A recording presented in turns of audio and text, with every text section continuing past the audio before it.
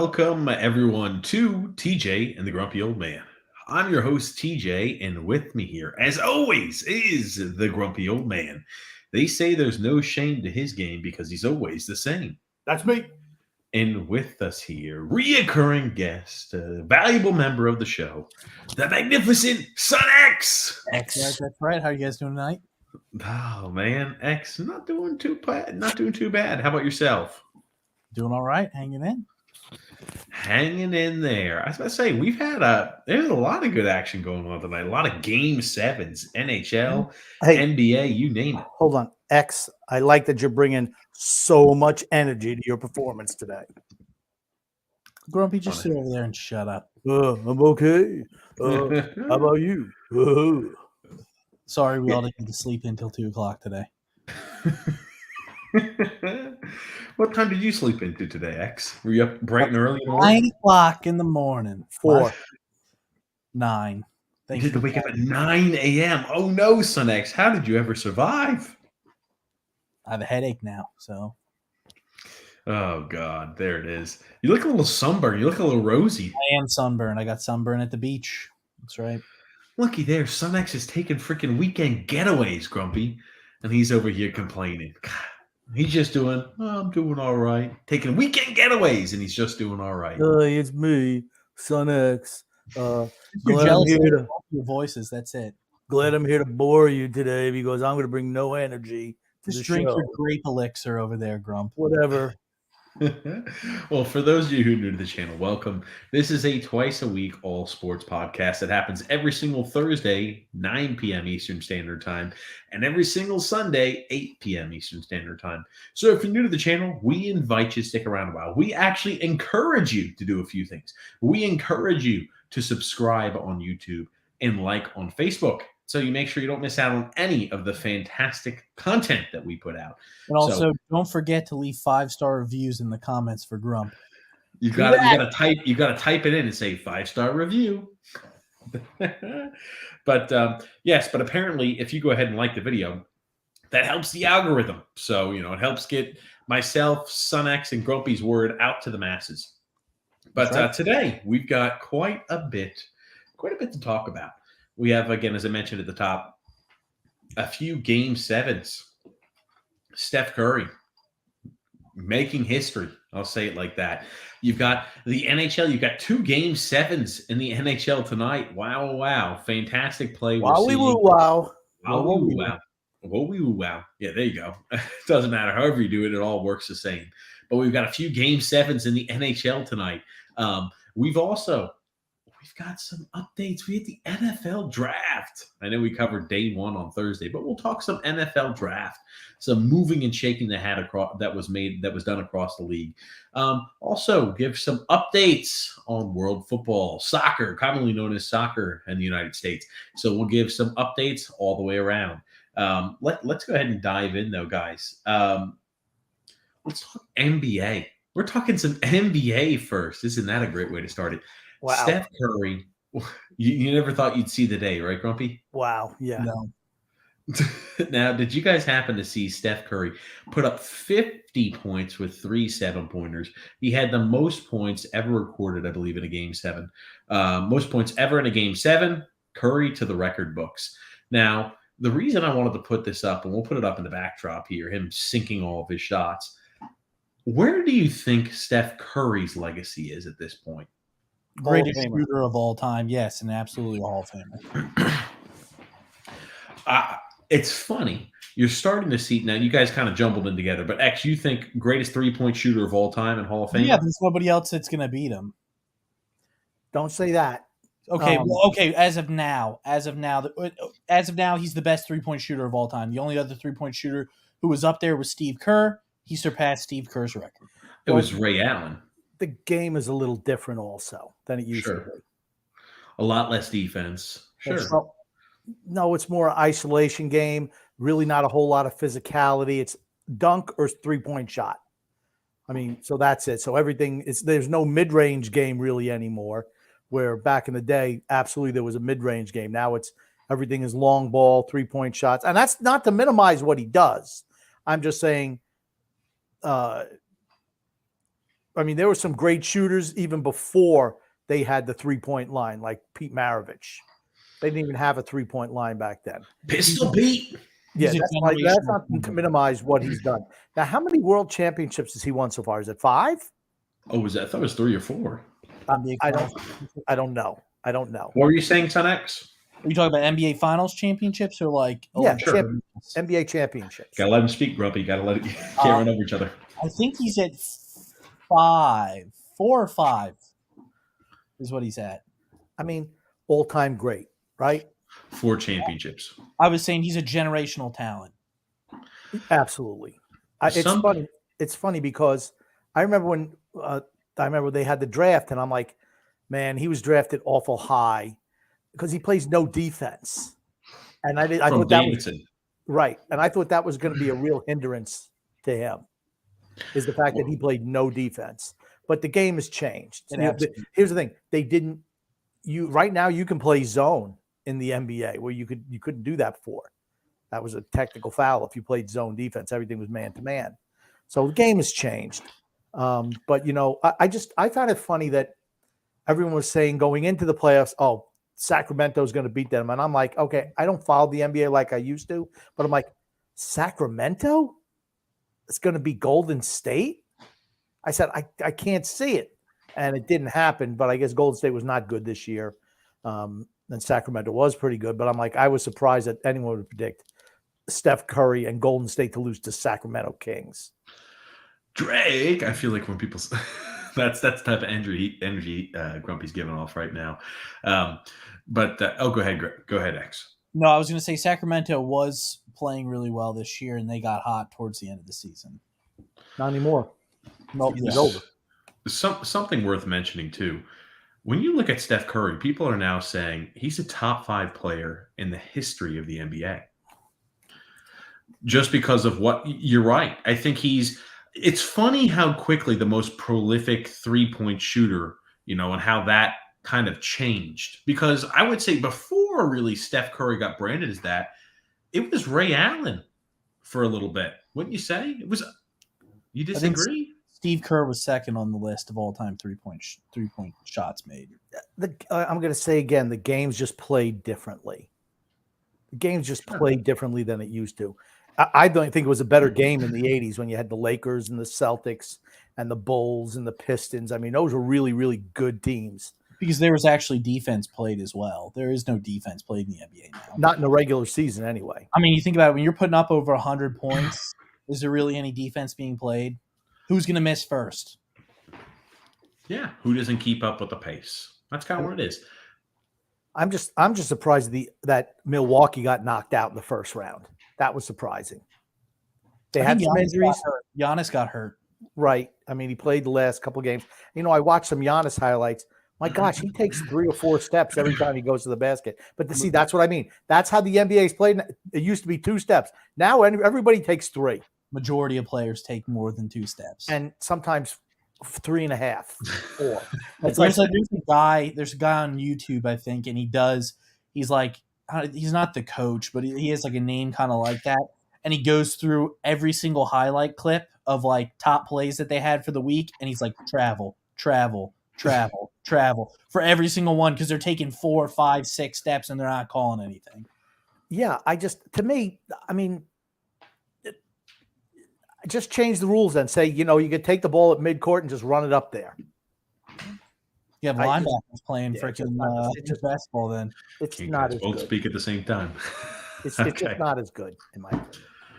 Yeah. I was trying to pull it up there, X. But, when you just look up NBA travels, there's about a handful of people who are posting all of the travels that happen that are not called. Mm-hmm. Yeah, but what the hell are you drinking, Son X? Water out of a Montauk glass. Okay, there it is. A little bit of water. So Steph Curry, people are now saying, hey, top 5 player in the history of the NBA. I don't know if he'll ever get to that level where he's kind of unanimously known as one of the Mount Rushmore of NBA history. I don't think he's there yet, but no. Well, let me ask, where's he added points wise? I'll pull that up. You mean like for his career?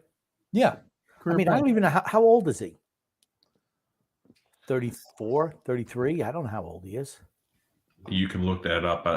Or X, can you pull that up here? Drafted in 06. Why don't you just pull it up, X?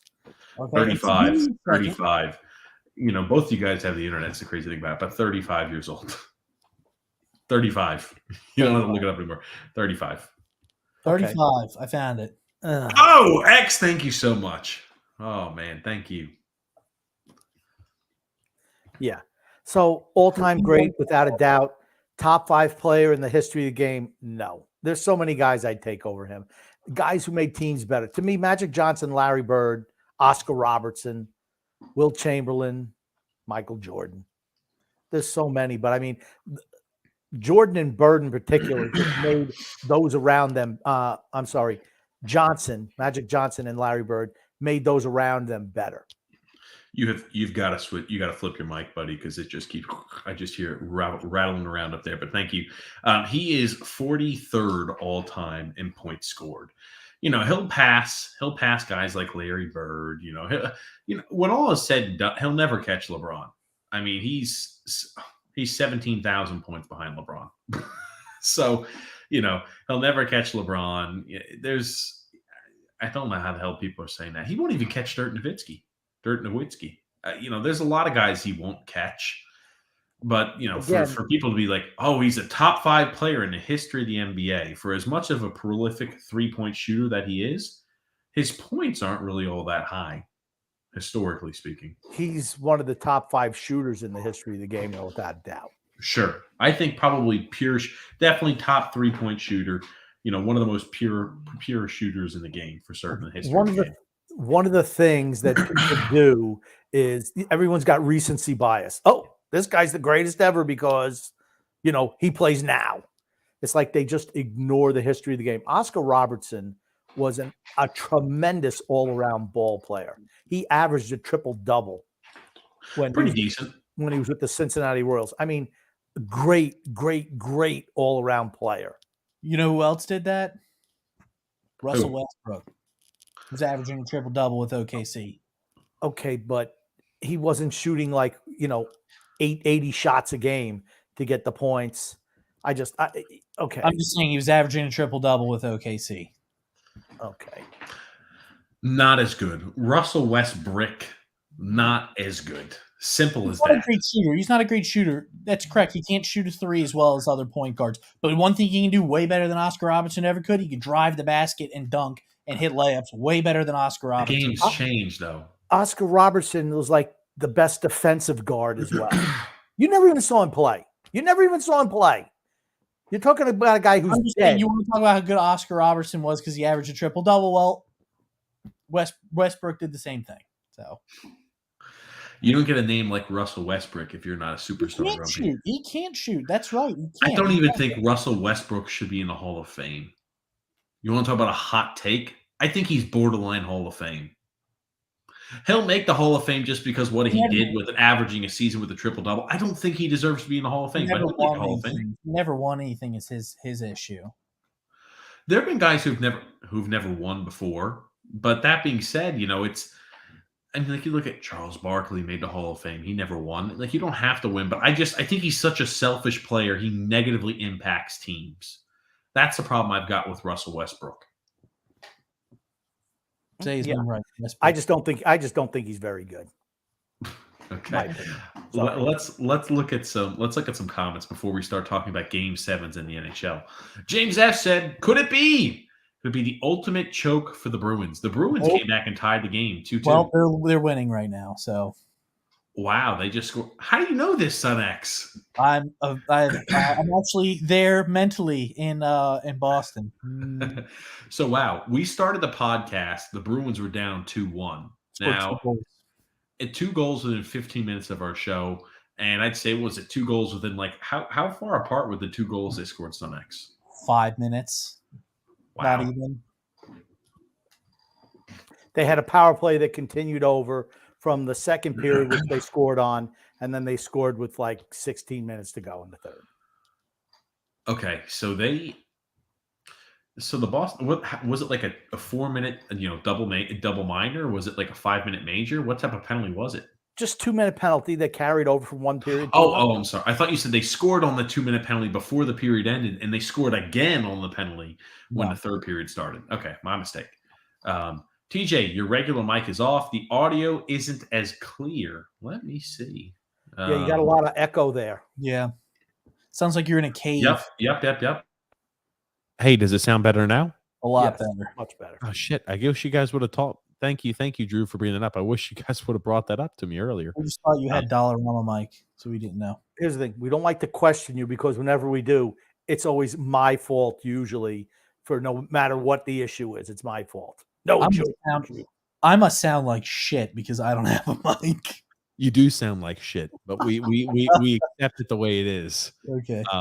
Yes, but thank you. I wish you guys would let me know. Thank you, Drew, for letting me know.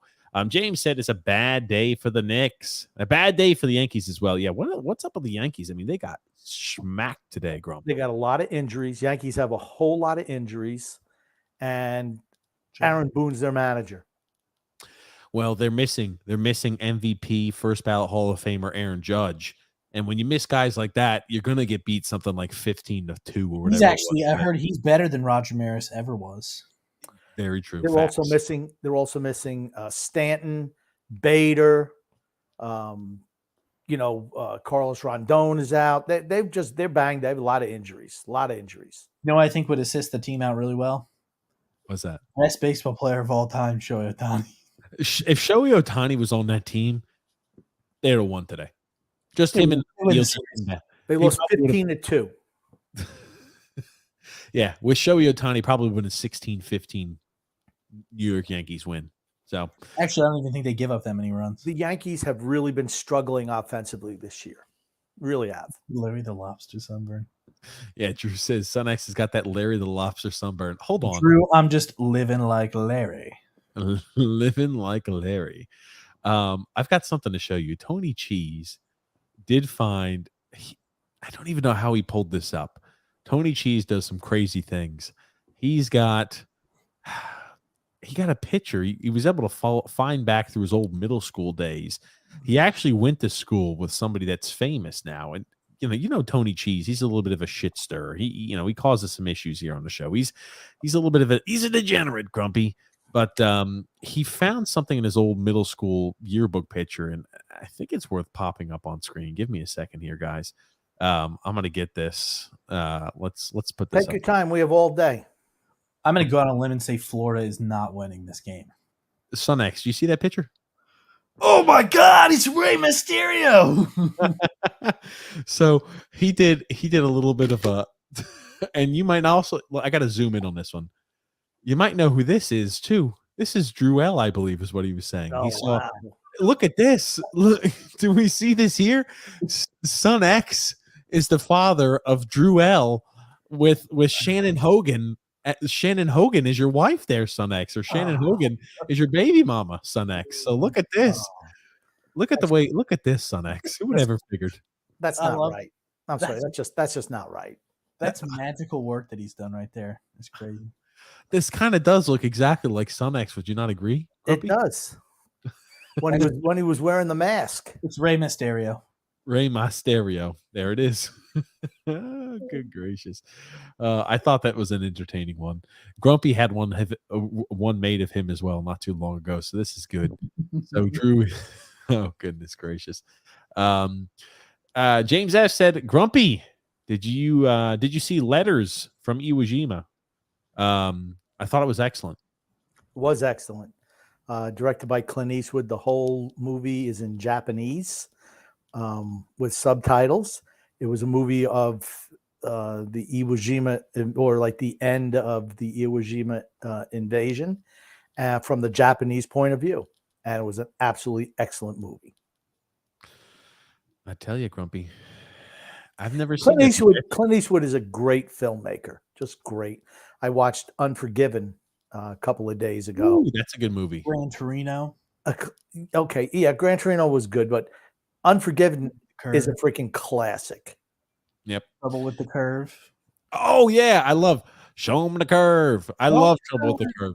That's I feel like a fun movie that guys and gals. That's a good date night movie. Trouble with the Curve. Don't you agree? Yeah, it's a good movie. It's not really a date movie. Yeah, it is. I think it's a good date night You movie. realize that most women like romance, like There is romantic romance in that There's show. romance in that There's, movie. there's no romance in that Justin movie. Timberlake. Okay, it was that Yep. kind of okay. All right, I guess so. Absolutely, son. But that It's a wasn't the great focal. movie. That was not the focal point of the movie. Was the romance? It Did was you get a sex. sports movie with some love action thrown in for the ladies? I mean, Justin Timberlake shows Clint Eastwood's daughter all the stitching on the baseball. If you know what I mean. Oh, is that nice now? Come on, X. What the hell, son X? Going over the line over here. Oh my God, we're too early yet in the show for you to be busting jokes out like that, X. And No. it's funny because $1 Million Baby, Oh, yeah, another okay. Academy Award winning film, is on Turner Classic Movies this evening. Oh, there it is. On Best Picture. Goon said, "Wait a second, are the Bruins choking?" The Bruins Not right found- now. They're not. They're choking out freaking Florida right now. James F. That's right, X. James F. says here, how about this Eastern Conference Finals of Rangers and Maple Leafs? What would be hard to see into the finals? I think that's Islander fans. That's like worst case scenario. But Yep. you have to root for Toronto there. I mean, I realize nobody's rooting for anybody. Probably rooting for injuries, but otherwise you're rooting for Toronto. You're certainly not rooting for the Rangers. Well, the Rangers come on. They come on. Oh, they're tomorrow. That's Dang tomorrow it. night. They're tomorrow night. I think the worst thing that could have happened for Toronto was Tavares hitting a game winner in OT for them to advance. That was the worst for the Islanders. Yes, that's all. Yeah, that's what I meant. Sorry, that's what I meant. Yeah, I'm telling you, the worst case scenario is if somehow the Florida Panthers beat the Boston Bruins tonight, and then it's Florida against Toronto in the second round of the postseason, and if somehow the Rangers win the next round, and it's the Rangers against a battered and bruised Carolina team. I think they probably have a good chance of beating Carolina. They have talent. Carolina is not beating either Devils or Rangers. They are missing four forwards. Not happening. Yeah, I agree. James F. said, I give the Raiders a B- in the draft. We'll talk about our draft grades here in a second. Goon said, Sun X, last night, a shocking similarity between John Tavares and Grumpy was uncovered. Can you connect the dots, or am I putting you on the spot? Similarity of John Tavares and Grumpy was uncovered. Were they both in pajamas? I don't know. It's more they think, I guess, is it Sun X looks a little like John Tavares? I look like Tavares. Oh my A gosh. little like him because your hair's all fucked up, just like Johnny Tavares. Oh, wow. Wouldn't that mean you would look more like him? No, that would be if No. like Bozo the Clown was the father. Pull up a picture of Bozo the Clown, TJ. Oh, God. Bozo the Clown, and tell me he doesn't have a TJ hairline. Well, we know TJ always wore those clown shoes. No. But hold on a Get second. him 10 sizes too big so the fronts would pop up. And whenever he walk around, you'd always hear. No, you'd hear, huh, as he'd take his little steps. God almighty. Hold on a second here. Yeah, Bozo the Clown was very popular.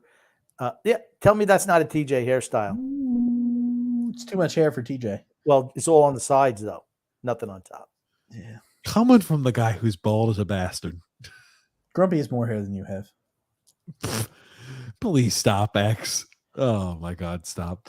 But yeah, let's move They on. rent you guys out, the government, Was that solar energy. do they rent us out for solar And the energy? light just reflects off your head.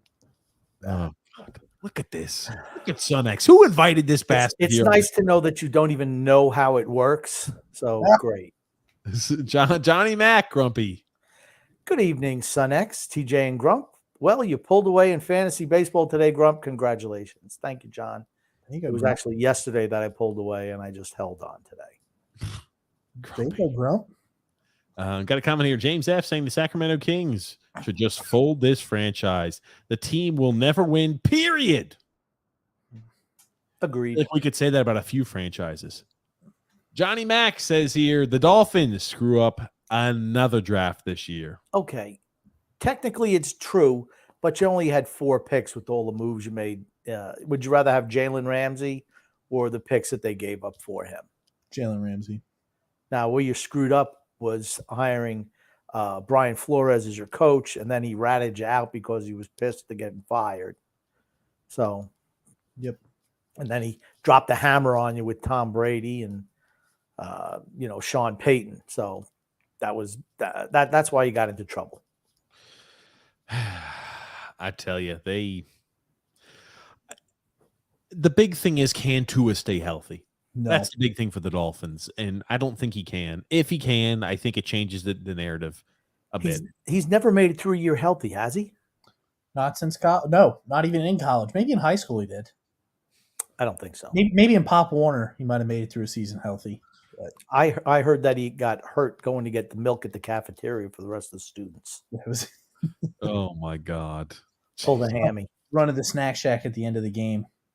Good gracious! Pulled the hammy getting the milk. Good gracious! Here, got a comment here from Joseph C. Grumpy. Curry and Klay Thompson are the reason why the NBA has played the way it is now. They revolutionized the game. Well, for certain, the way the Golden State Warriors play the game has revolutionized the game, where they just get guys who can really shoot the ball from 3. Well, It's- the Splash Brothers. I mean, Yeah, and Klay Thompson's missed almost like a year and a half, close to 2 years with injury. So nice to see him come back. I think that they're a dark horse to go to the finals. I really do. They have the Lakers next. I don't think the Lakers are that good. Could you imagine them winning another finals? That would be 5 for Curry with different cast and crew pretty much all the way around. It just shows how not really. for me, it just shows how weak the NBA is, or how the regular season today means nothing. It used to be in the olden days, you had to have home court advantage to win a championship. Sure.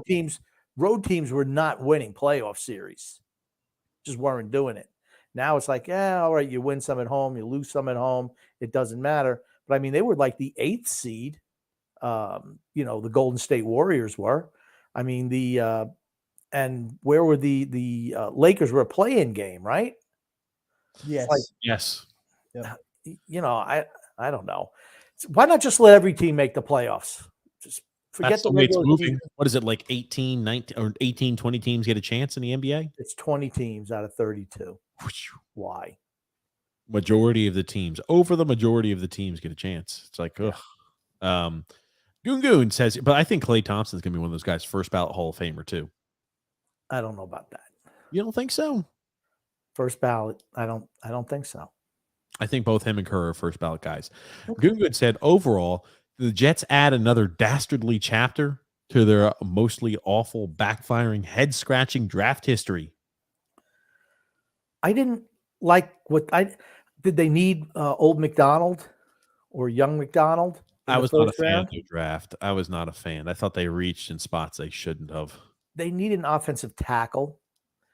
Making the Rodgers trade dropped them from 13, where they could have got Broderick Jones, and they had to settle for somebody else.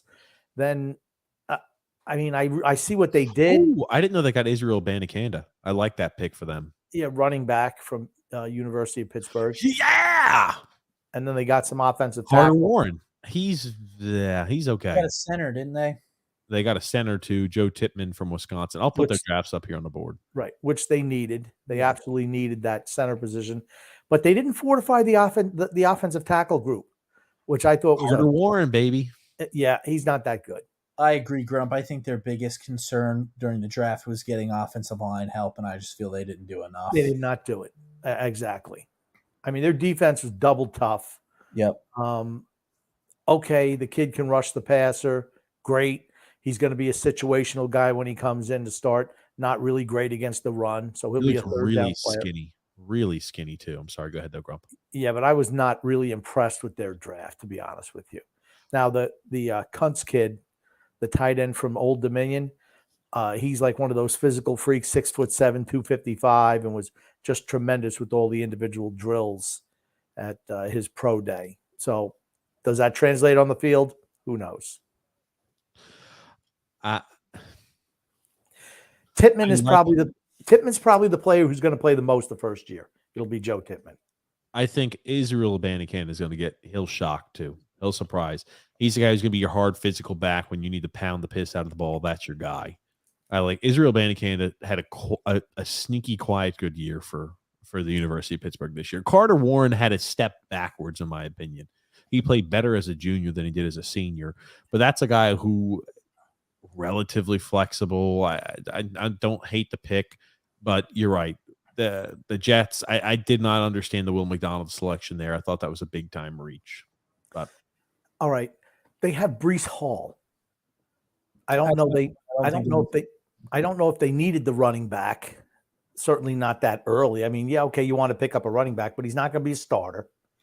I'm just confused. I thought they had a chance to do something special, and they didn't. My only thing is, I guess they're wondering how Hall's going to come back from the ACL injury.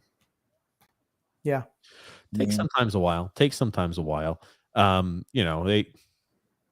They probably should address the need there for more offensive line help, but hey, they're Mekhi Becton, baby. He's back. That's what I was going to say. They're putting the eggs in the fat boy basket, and you know what happens when they're all gone before they even hit the bottom of the basket.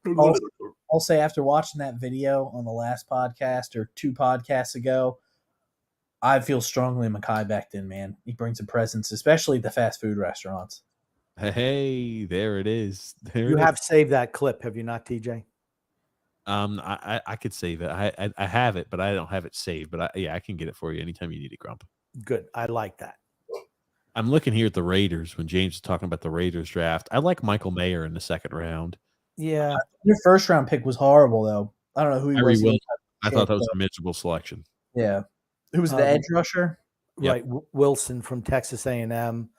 I don't know. Yeah, he's got all the measurables, but he didn't look fluid out there. He just looked like a one-trick pony.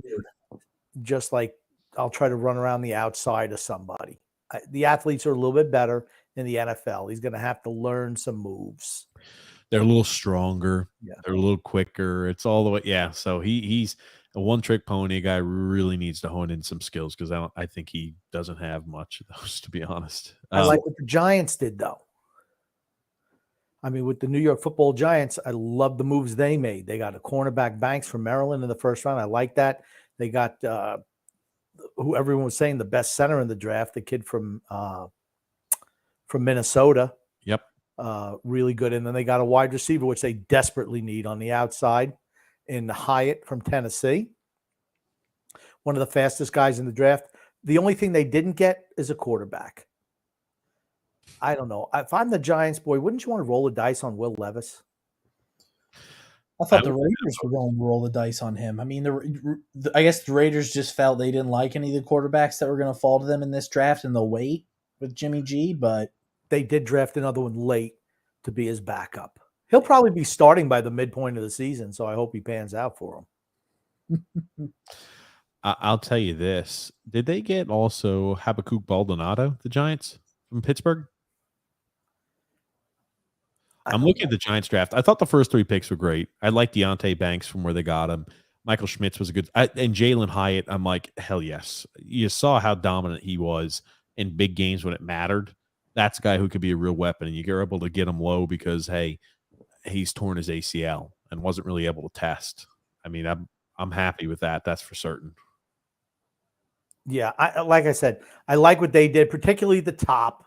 So no complaints. Eric Gray is a good running back from Oklahoma. Better than Matt Breed has been as a backup. They did not get anybody from Pittsburgh, though. Okay, maybe. Yeah, Eric Gray. Okay, gotcha. Trey Hawkins. What is up with the Eagles now becoming pretty much the like Georgia's the Eagles farm team now?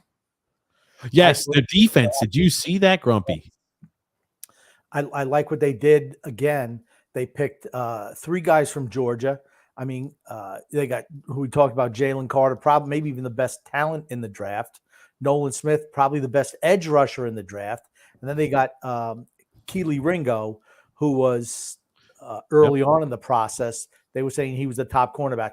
I didn't think he was that great in the film that I saw on him, but they got him in the 4th round, right? good pickup. He gets a lot of pass interference penalties, a lot. He's got the pedigree, right? So he was a guy who used to be a 5-star recruit.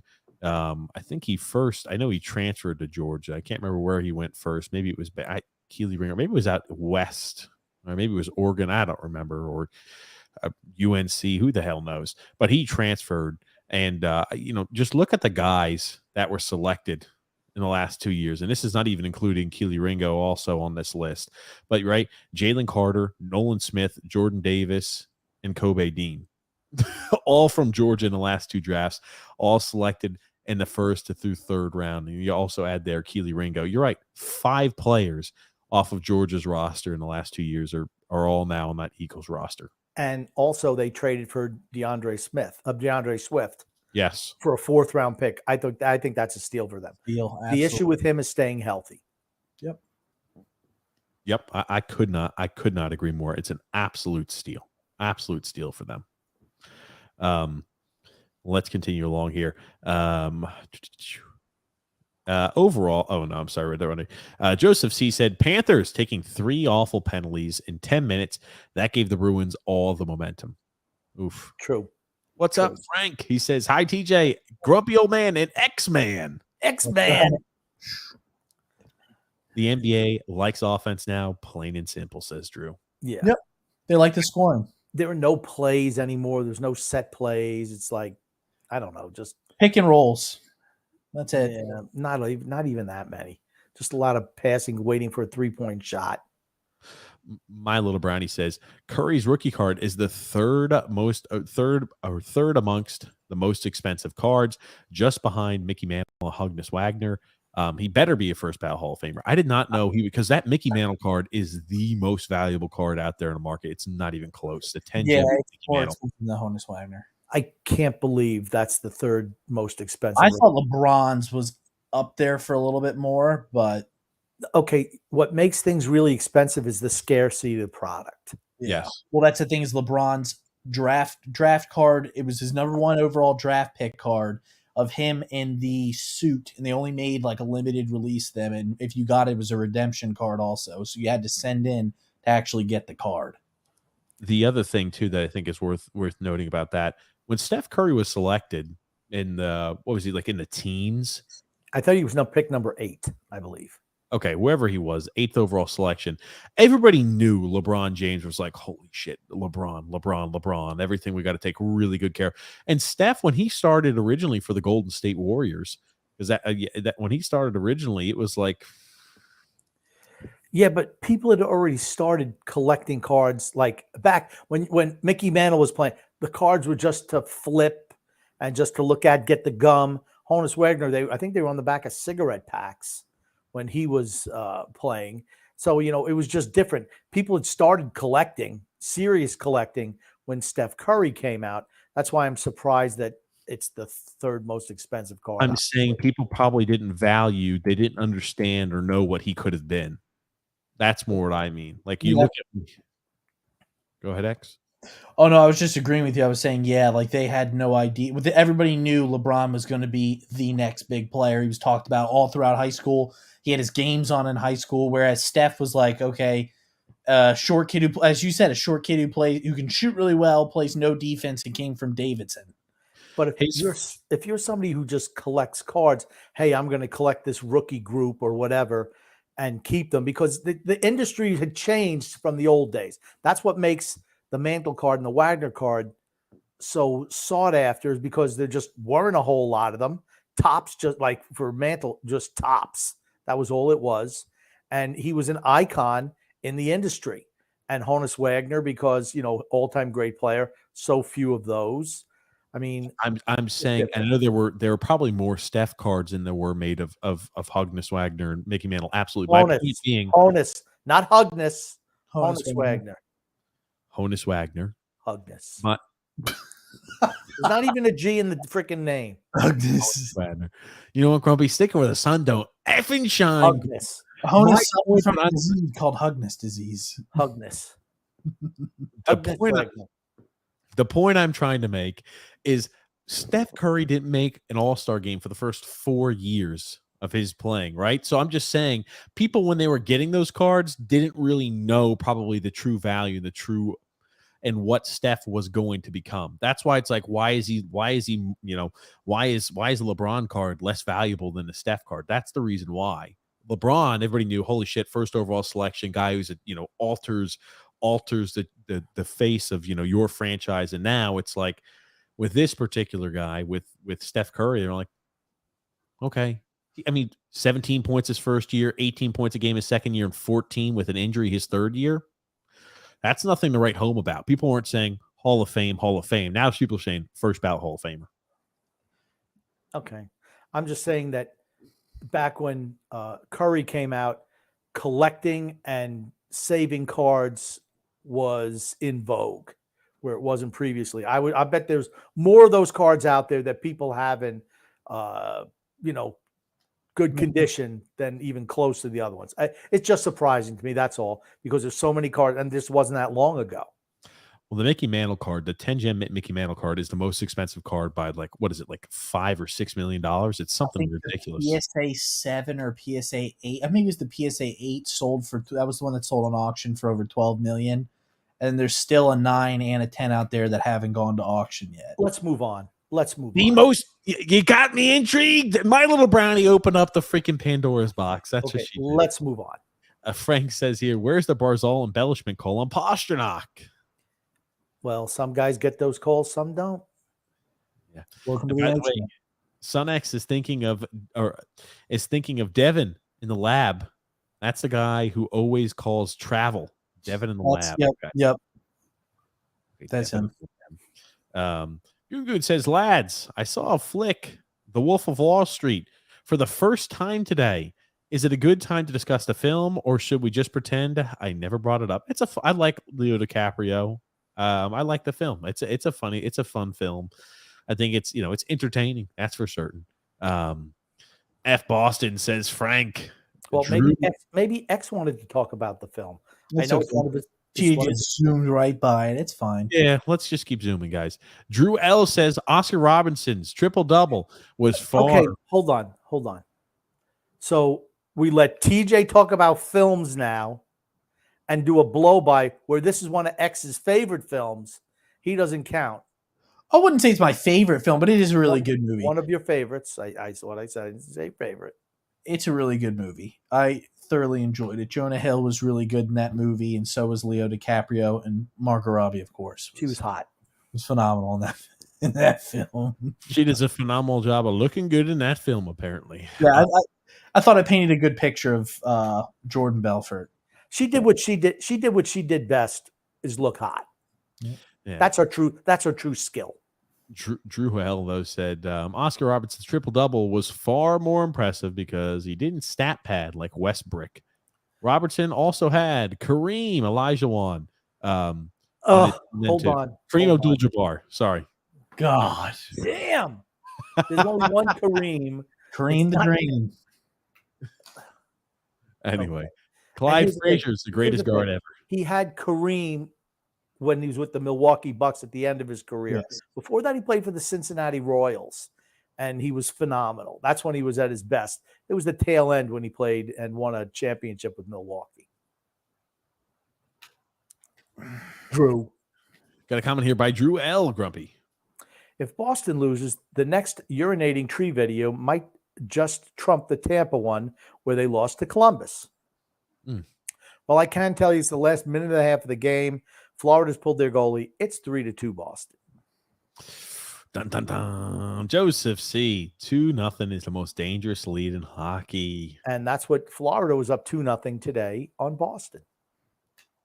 Got a comment here from Goon Grump. Son X, I dig the new upward-looking camera angle. I almost feel like I'm a dwarf enjoying a conversation with you. Yeah, it's like he thinks he's like Orson Welles filming from underneath, with like Citizen Kane. Makes him look more powerful. Nothing could be further from the truth, though. There we go. Goon Grumpy. Could George Steinbrenner have corrected the Islanders' current problem of mediocrity, or John Spano? Well, certainly not Spano, because he didn't have the money. If George Steinbrenner owned the Islanders, I guarantee you Lamoriello would be gone, Lambert would be gone, all these ham and eggers were on the roster, they'd be gone. Here we go, Grump. How long would it be before the Isles won a cup if Steinbrenner was owner? 5 years? I think 5 years. Yep. I would say even less than that. But the You gotta- Yankees always went out and got the biggest and best talent. There's salary cap now. See, salary cap is the equalizer. True. Yeah. Nick D said, Sun X, TJ, Grumpy. How are you guys doing tonight? 3-2 Bruins in the third. A podcast reminder. Fire Lou Lamoriello immediately. Absolutely. Doing great. Doing great. There it is. Drew L said, Sun X seems like he'd be a good father. Maybe an idiot, but a good father. Oh, At wow. least with Shannon, I'd get free access to UBS Arena so I could take over Lou's position. There we go. Just to give you an update, Florida has tied the game in the last minute. Ah, with the goalie pulled. Are you serious? Yes. Holy shit. Ladies and gents. Ladies and gents. Yeah. Damn. Overtime. Yeah. Who doesn't like overtime in Game 7? Holy shit, they're going crazy. Yeah. Going nuts. Yep. Boston Dugan played said- Swayman and net today, and it just doesn't matter. It doesn't even matter. Anyway, Gungun says here, Clint Eastwood may be a great director, but he sounds like a bit of a douchebag as a human. He's certainly not an all-around great guy as Grumpy. Can I get an amen?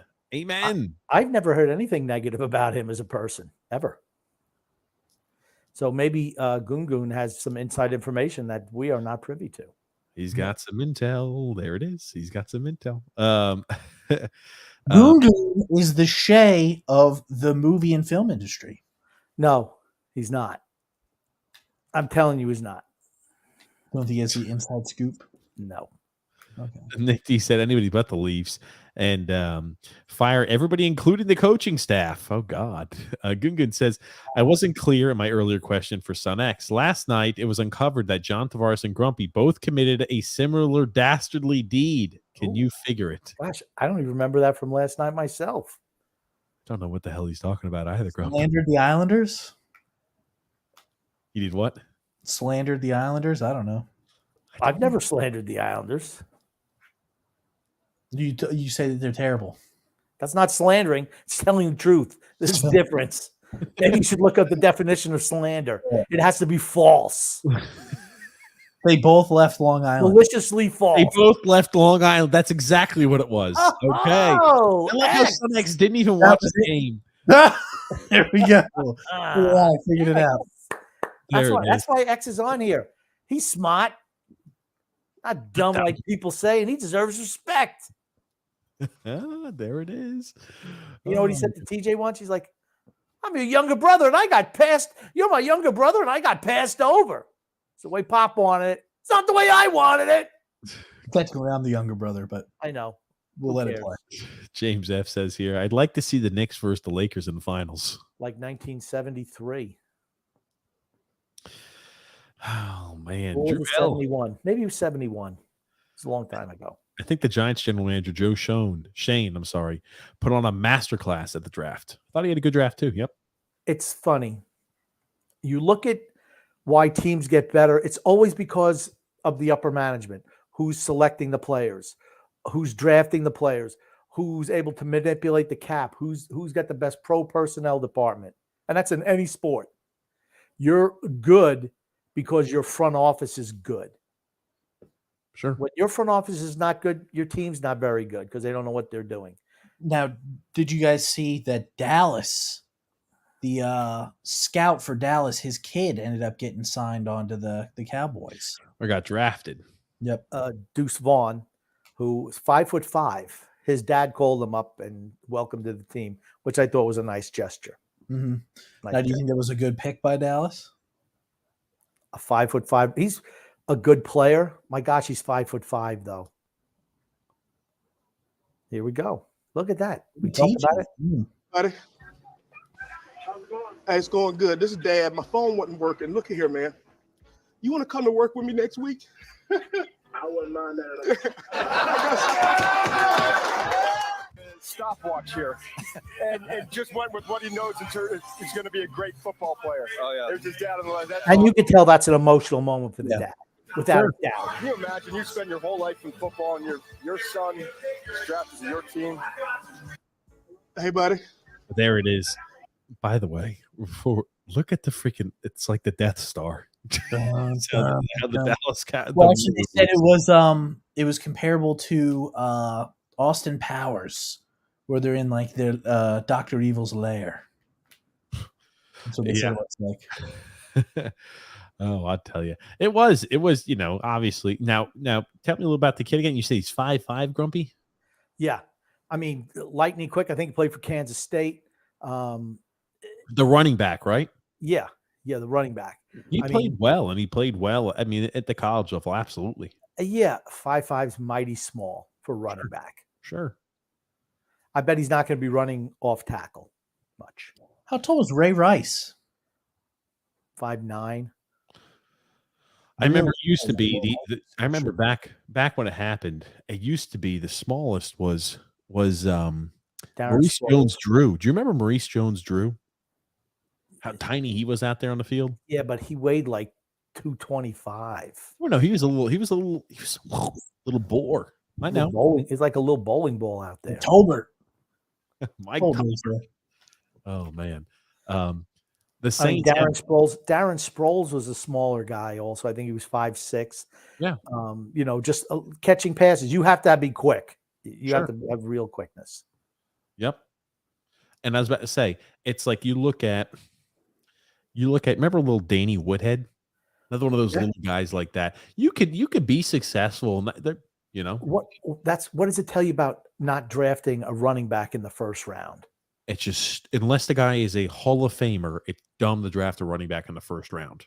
You can get guys in rounds 4, 5, 6, even 7 who are really good backs. I mean, it's all about scheme and system fit, right? Think about the Pacheco kid. Where was he drafted? I don't know. I think he was. I have him on my dynasty team though. He was a 7th round pick though. Pacheco was a 7th round pick. Yeah, I think he went to Southwest Missouri. I don't even remember where he went. I knew he was a later pick, but I mean, think about it. He was probably towards the end of the season, probably the best of the rookie backs. Well, in the playoffs, he for sure was the best rookie running back. 7th round pick, 30th overall selection. So, like right at the end of the draft. Yeah. He played there at Rutgers. Oh, Rutgers. That was it. Rutgers. He ran a 4.37 40-yard dash too. My God. Yeah. Wow. Anyway. That was a great pick by the Chiefs. Great pick. You're able to find a running back in the 7th round that could do what he does. Hats off to you. Yep. It's about utilizing your weapons. That's what it's about. Particularly in today's day and age, catching passes it's even more important than running the ball, honestly. Of course, you're going to need to be able to run the ball. Yeah. But your offense, it's a lot of it's predicated on having a good offensive line. But like if you need like a 3.5 yard, you're not going to be throwing screen passes for the most part. But just for regular play, it's like, get the ball into the hands of your playmakers. They got escapability, maneuverability out there. Make a guy miss, pick up 4, 5, 6 yards. It's like a running play, right? That's the whole thing about the West Coast offense. That's what it was all predicated on. Frank said they got the center who can guard. What are you guys talking about? And the other lineman is sick too, or he can play guard. I think maybe something about the Jets. Talking about the Jets. I I don't think much of the Pitt offensive tackle. The Tippmann kid, they're expecting him to be a starter. They did sign a center as a free agent, but for like $1.9 million for 1 year. The thing about Tippmann, he's 6'6", 315. That's kind of tall for a center.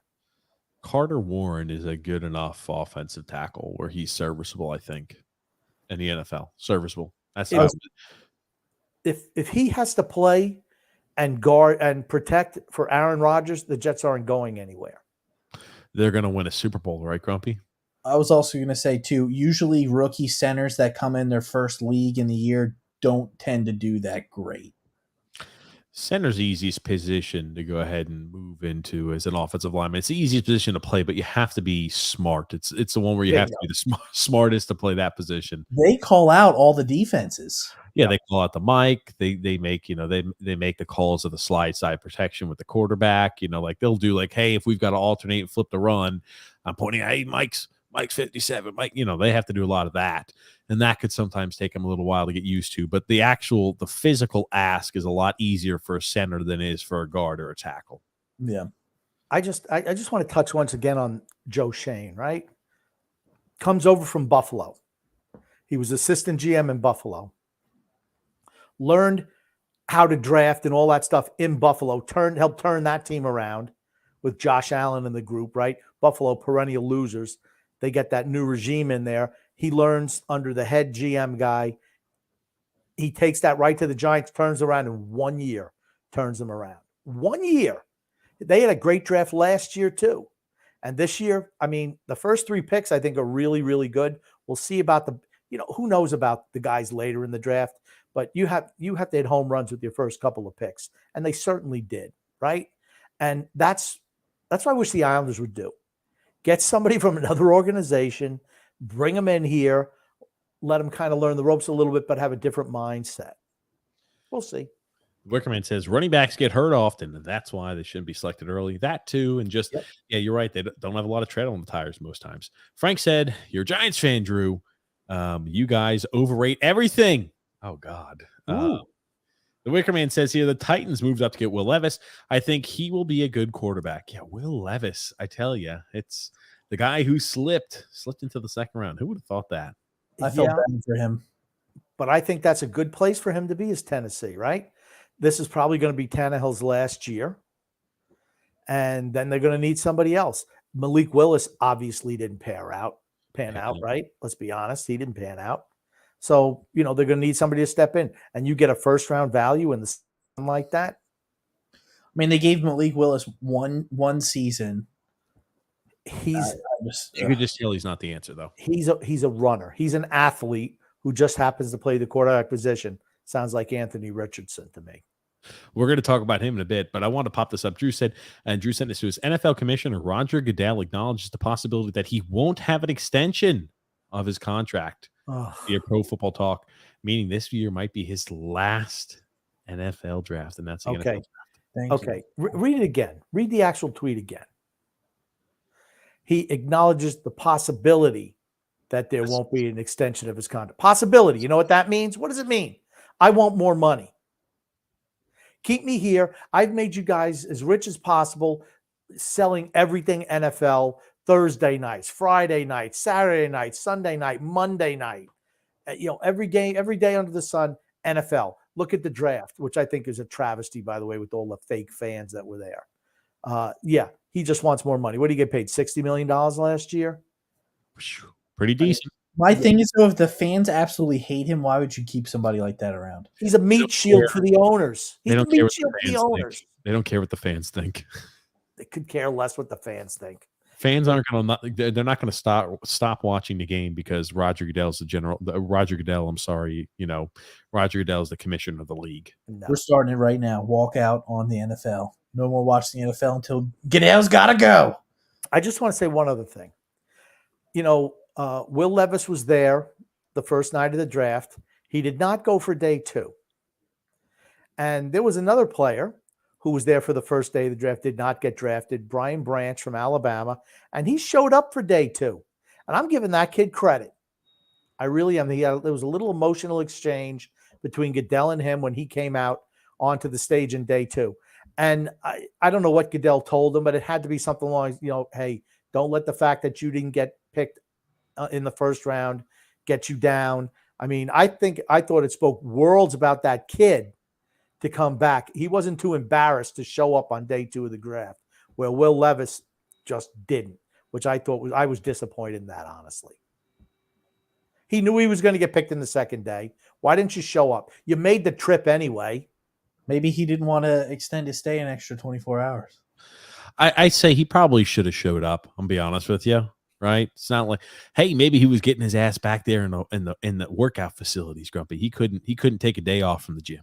He had he had more bananas to eat with the peel on them and more mayonnaise to drink in his coffee. And the funny thing that I found was, his little girlfriend was Yeah. not there when he got drafted at the house. Oh, I'm sure not. She found somebody else that she He could said, date. you're not round one money. Oh, that's He right. had both ladies, the two attractive blondes sitting on his lap, and then the brunette sitting on his lap. It's like, what the hell's going I on? think With those were this? his sister, and then the brunette was the Well, guest. it's weird to have your sister sitting on your lap. I'm going to say that to you. That is, Hey, people talk about how weird it is that Tom Brady kisses his kids on the lips. It's weird to have your sister sit on your lap like that. really? Would that shock you that his sisters would sit on his lap? The guy drinks coffee with mayonnaise in it and eats bananas with the peel on them. Hold on, He does he just- really eat bananas with peels? No, on? he does not. Yes, look it No, up. he does not. He said that is not true. He has never done that. He Really? just- Yes. Look it up online. Look it up right now, TJ. There's video evidence of it.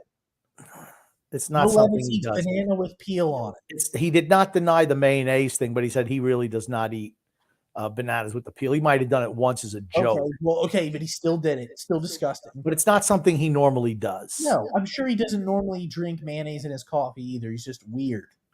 Oh my God. Hold on a second. I want to show. Oh my God. I'll wait, Grump. I'll wait. Ugh. I'll wait. I'll wait. I didn't see him eating the actual peel there. It looks like he ate around it a little bit. No, Grumpy. Oh. This is the peel. Hold on. Little Grumpy. rewind, TJ. Rewind to the beginning. Here you go, Grumpy. I'll show you from the start, my friend, in case you're not believing. I don't really want to watch it. Play it. Here it is, Grumpy. This is a full banana. This is not some. Ah! Yeah, he's eating around that peel, ain't he? Yep. He's eating around it. Look at the trick Ow! photography. You I already think, seen I it think out. what Grumpy thinks he's doing is he's pocketing the peel in the side of his mouth while he's just swallowing the banana bits. Yeah. Dude, this almost makes me want to fucking hurl. Most of the stuff you put up here makes me want to throw up. Grumpy, let me ask you what's worse. If you had a gun held to your head, would you? Well, I know you, Grumpy, does not eat any bananas or anything. I know else. exactly what you're gonna say. Grumpy, if you had a gun to your head and they said you either have to drink coffee with mayo in it or eat a banana, including the peel. Oh my God, he finished that whole thing whole. Would you rather? Yes, it looks like he ate the stem too. Would you rather eat the banana, stem included and all, from start to finish, or rather drink a cup of coffee with mayonnaise in it? I'd take the bullet. No, you can't take the bullet, Grumpy. That's the one thing we're not allowing you to do. It doesn't matter. It's never happening. It's so stupid. Grumpy, what do You you would probably do both. TJ would probably put mayonnaise on a banana peel and eat that. Skip the coffee. I would choose the banana Oh, without an soccer issue. sauce. Oh, You know, Grumpy, I just wish you would one time just indulge us. Indulge us, the I listeners. can't indulge you because then you take it another step the next time. I don't want that. Yeah, Grumpy, yeah. Like you think you're dealing with some like a freaking novice here? Come on. Oh, yeah, Grumpy, we are. Anyway. So Grumpy, was I right that he ate the banana with the peel on it? I don't think it was a banana. Jesus Christ. You know, you ever see those where it's like, is it cake or not? I think that was just cake he was eating there, Oh, X. that's it. Yeah. Grumpy probably doesn't know what that is. No, he- Joseph C says here, the Lions wasted their 2 first-round picks, in my opinion. No one should be taking a running back in the first round anymore. The teams hardly take non-pass rushing linebackers in the first round anymore. Yep. Yeah, I thought the Lions had shitty picks, and it's like I don't know why they got rid of DeAndre Swift, but there's something else there that we don't know about. Sure. I'm certain of that because he's certainly talented. I know he's had injuries the last couple of years, but they brought in David Montgomery, and they're drafting this Gibbs kid. It's like, Mark okay, Gibbs. I said at the day of the draft, that's the end of DeAndre Swift there. That's pretty had to obvious. be. But he landed in a great spot, right? Rashad Penny is the starter for the Eagles. Well, how long is he going to last before he gets hurt? Rashad Penny's not going to beat DeAndre Swift out for that job. He's penciled in to be the starter, and then they have DeAndre Swift and Boston Scott. I mean, those are going to be the 3 running backs. Think about DeAndre Swift will get play time. Yeah. Absolutely will. Think about it. DeAndre Swift has been injured the last 2 seasons. You've also got Rashad Penny, who's injured every single year. You could be the Eagles with potentially just Boston Scott at the running back position. Well, you Very also true. have to think about it too. The Lions have relied a lot and heavily on DeAndre Swift as their offense. But let's go back to the Lions. You trade down from 6 to 12. You need a quarterback, right? I thought perfect spot to move down and get Will Levis. They wound up picking Hendon Hooker in the 3rd round. Okay, I like Hendon Hooker. I don't know if he's ready for that type of offense anyway. But you didn't maximize your value. They had holes on the roster. You don't pick a running back at 12, certainly a running back that even admitted he wasn't expected to get picked until maybe the end of the 1st round. And then you draft a traditional linebacker at number 18. You could have dropped back twice if you really wanted those guys. I mean, they had so many other areas of need that is just really, really difficult to see why they did that. I like they picked Sam Laporta, the tight end from Iowa. I like that pick. I thought that was a really good pick. But there were so many other tight ends that they could have picked in the 1st round were probably better than Laporta. Maybe I like Laporta. Yeah, so like I said, so do I. But I didn't like what they did. I thought they mismanaged their picks. It reminds me of the Dolphins a couple of years ago when they had all those 1st-round picks and picked guys that reaches on everything. Just made no sense. Let's put this up here. Drew sent us a little video. Let's take a listen. I don't know. I got to learn how to do that. Drew is so happy that the Knicks made the postseason. He is so happy. I just wonder if he's going to be as happy when they have a 1st-round exit. What we've been waiting for. In the clip earlier, you might have talked about the Knicks and saying how bad they were going to do in the playoffs. Well, I wanted to show you something quickly. See, I'm going to pour something into the glass right here. And here's the thing that's unique about milk and glasses. So it's always good to drink milk. It's always very sweet. I like how he got a little bit of dribble on the side. Whole milk's always the best anyways, but it's always very nice to drink. It's all over the countertop. It's like, your little sports takes. You think you're going to throw some little salt in the wound to be, this is going to taste amazing. Then as time goes on, your take starts to sour and sour and sour. Just like when you leave milk out for multiple days in a row. And TJ, you know what that equates to? Your sports takes. Oh! Just say a little quick. Yes, I am hopeful for today. Take this music and use it. Let it take you away and be hopeful. They all got names. Who they starred in the show. Impressive. Oh, that was great. Take this music and Donovan Mitchell as a playoff choker. Darius Garland as an inefficient flopper. Evan Mobley as a frail little boy.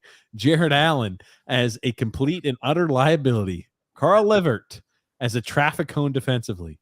C.D. Osman as an automatic miss. Isaac Okoro as a benched crybaby. J.B. Bickerstaff as an out-coached thoroughly. The city of Cleveland as somber and ugly. away and be hopeful. I wish we could have seen the moldy milk. I wish that was shot many days ago and we could have come back and would have seen how it started to curdle and sour, maybe change colors. Just like, ugh. I like the video though, Drew. First off, it would have had the chunks in it too. It would have been chunky milk. Oh yeah, yum! Put some of that in the coffee. Kind of like mayonnaise. Oh, Grump. Milk is something that you have to have that ice cold out of a glass. Yes. I kind of like putting my milk in the microwave before I drink it. You don't? Have you ever had warm milk before? It's really delicious. More. Grumpy. What I usually do is I put chocolate milk. I put it in the microwave. I get an 8-ounce glass and I put maybe about 6 ounces in the microwave. I put it in usually for a minute and a half. Then you have chocolate milk. You have hot chocolate. Okay, Nice. get to the next comment. Why don't you both stop Okay, watching here's the the thing. fucking Here's game the and thing. start paying attention to our You fucking keep conversation? forgetting that you are not funny. Anytime you attempt to humor, it just falls flat. Every time. Oh, is that what it is? Every Grumpy? time. No. You are not funny. Why don't you pay attention and turn the TV up? Do I have to call the warden up? I'll call the landline and tell the warden to go down there and turn off your TV to make sure we can get Grumpy's attention. Can we get to the next comment, please? Oh, there it is. Talking about the warm Islanders- milk. Frank said the Islanders ruined my week. And TJ, Weekend. week. He said week, not even weekend. It's going to ruin his entire week. I'm going one further, Grumpy. Ruined my weekend. Why don't you just read the words that they put on there instead of you fumble Frank, fucking over all the words? Frank went ahead and let me know already that it's going to ruin his entire week. Okay, Grumpy? So you can stop. Goon says here, TJ, which Would you trade, or would you trade, I'm sorry, your beloved Lastings Millage rookie card for a Steph Curry rookie card? Nope. I would, just so I can buy more Lastings Millage rookie cards. I'd sell that Steph Curry and buy 100 more Lastings Millage cards. All of the product. Of Okay, Lastings I Millage bet you could rookie buy 100 million Lastings Millage cards with one Steph Curry rookie card. I don't know. That Beckett grade looked pretty sexy on that You know what Lastings Millage card. I think with the price of the Steph Curry rookie card, you could probably just buy Lastings Millage himself. I could go ahead and yeah. You could sign him to a contract. There it is. I'll sign him to a contract. Frank said, Grumpy Man, don't forget you put the cards in the bicycle Stokes. That's right. You And made the cool noise brrr, as you were driving. Yeah, with clothespins. Time on there with clothespins. hold on. Drew just said, TJ, that argument of Curry just proves that you don't know basketball. This is why you need me on the pocket. No, I don't think he's a top 5 player. I was reading online that people were like, he's a top 5 player of all time. And I'm like, okay. But yes, Drew, I like the video. I like the video you submitted there. Hi, Rocco and Rocco. What the hell does that mean? I don't know. Okay. Joseph C says here, the Panthers are so dumb. They had the puck in the Bruin zone at about 3 minutes left, and they didn't pull Bobrovsky until 1:56. Yeah, well, they're still in overtime. Yep. Swayman made a save on a breakaway in overtime. Jeremy Swayman. There it is. You talk about the freaking utter collapse. If the freaking Boston Bruins lose this game, Boston Bruins fans, this is a complete failure if you lose in the first round of the season you had. Or is this year a success because we made the postseason? This year was a success. We had the greatest Regular season in the history. greatest regular season ever. It doesn't matter. You got to close the deal. Yep. Bruins, what happened? Read this comment here real quick, Grumpy. Lane didn't take a timeout in the third. That's a rookie coach non-move. Yeah, a lot of guys like to hold on to those timeouts when there's really extended pressure. But the Islanders seemed they were happy in the third period, just taking the puck and just icing it. I mean, tell me that's not that kid. Yes, it is. It's the legend himself. Eagles, what happened? How you beat the Super Bowl champions? Chiefs! Chiefs! The only thing I will like from the Chiefs. All right. With the 25th pick, the 2023 draft, Kansas City Chiefs select Nick Jones, DB, Ball State. What happened? Eagles, what happened? I wish you would have emphasized that. What happened? But he's probably nervous. Could you imagine being out there in front of all those people? Yeah, I could do that very easily. See what they do? That's like I said Thursday. You save those ridiculous bullshits for the third day of the draft. What happened? That's what you save for. You don't bring them out in the first round. You don't do that. Trump. That's silliness. Okay, I'm gonna add another one to the equation. You ever gone golfing, Grumpy and X? I'm terrible at golf. Oh, No. Holy shit! That's a big ass alligator. Oh God! You ever That's a heard dinosaur? you ever heard play it where it lies? Oh God! Is it on its head or something? I think you take a stroke penalty there. Look at that fucking ball. It's on his head. Oh. Look at this shit. There's another fucking gator. Look at that thing. Oh, jeez. Let me I don't ask know, you. but here's the thing. I'm not living there. I mean, you see those houses? I mean, is that where you want to live? You're afraid you step out the door, you're going to get eaten by that damn alligator? Not just one, but two. Well, I bet you when there's 1 and 2, there's probably a lot more as well. Look at Oh, the gator pit.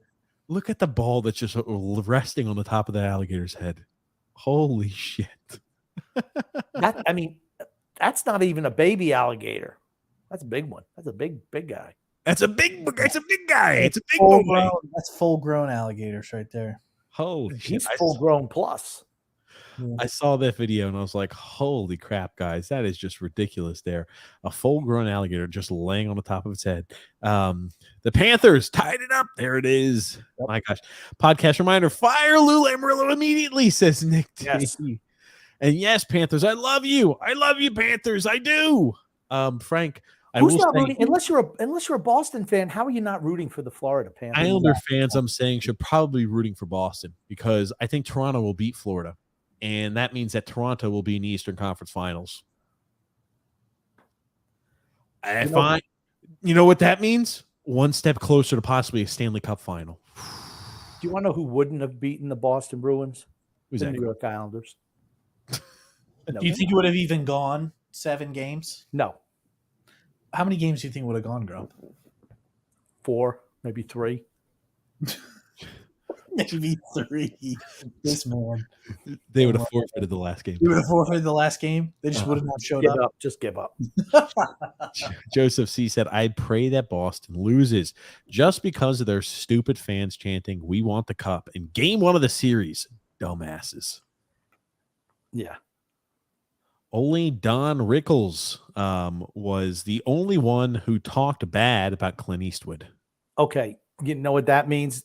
It was a joke. It was a joke. Don Rickles, that's what he did. That was his act.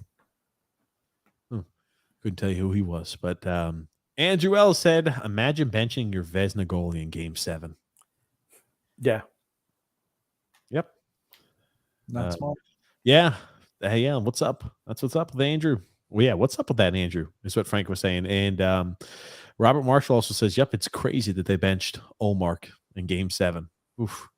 Gungun said, which condiment belongs best on a bagel? Cream cheese, butter, or Vaseline? Ooh. If you have a cold, I'm gonna one up this. Gungun is asking, if you have a cold, what's best on your bagel? Cream cheese, butter, or Vaseline? I like butter myself. I like butter too. Butter. It's butter. Lumpy, don't lie. You're a Vaseline guy. He's actually mayo guy. Would you hold on, comment. Grumpy? Why don't you just read the comments? Would you put They're mayo? derailing the show with your imbecilic attitudes. About You're derailing the show with watching the entire Boston Bruins game. Get to a comment, please. You should probably flip it on. It's been pretty good so far. You know what? I believe it or not, I actually focus on our conversation, guys. No, you I don't. don't have to watch. I don't have to go ahead and watch some TV in the corner of the screen in order to be like, He watches it on his phone. okay, on my phone, I've Just got get to the comments next on there. comment. Read it. Grumpy, you see this by Drew L? Grumpy, I want you to read this comment, huh? Just Read it. imagine if you're Clyde Edwards-Helaire. You lose your starting job to a 7th-round pick. That's the ultimate suck for you. He's been banged up. And here's the thing. I remember at the time that they drafted him, I'm like, man, that's a good pickup for Kansas City. I thought the same thing. The one thing they were missing, he always made the first guy miss in the passing game, but they never used him in the passing game, ever. I mean, it's just, downfield to Hill, over the middle to Kelsey and, whatever to whoever, but they never utilized the running back in that regard. I thought surprising. You want to know a team he would have been really good on? Tampa Bay when Brady was there. He always liked to throw to running backs, pass catching backs. Gungu says Clint Eastwood's douchery. Take a gander at his relationship and children section on the wiki page.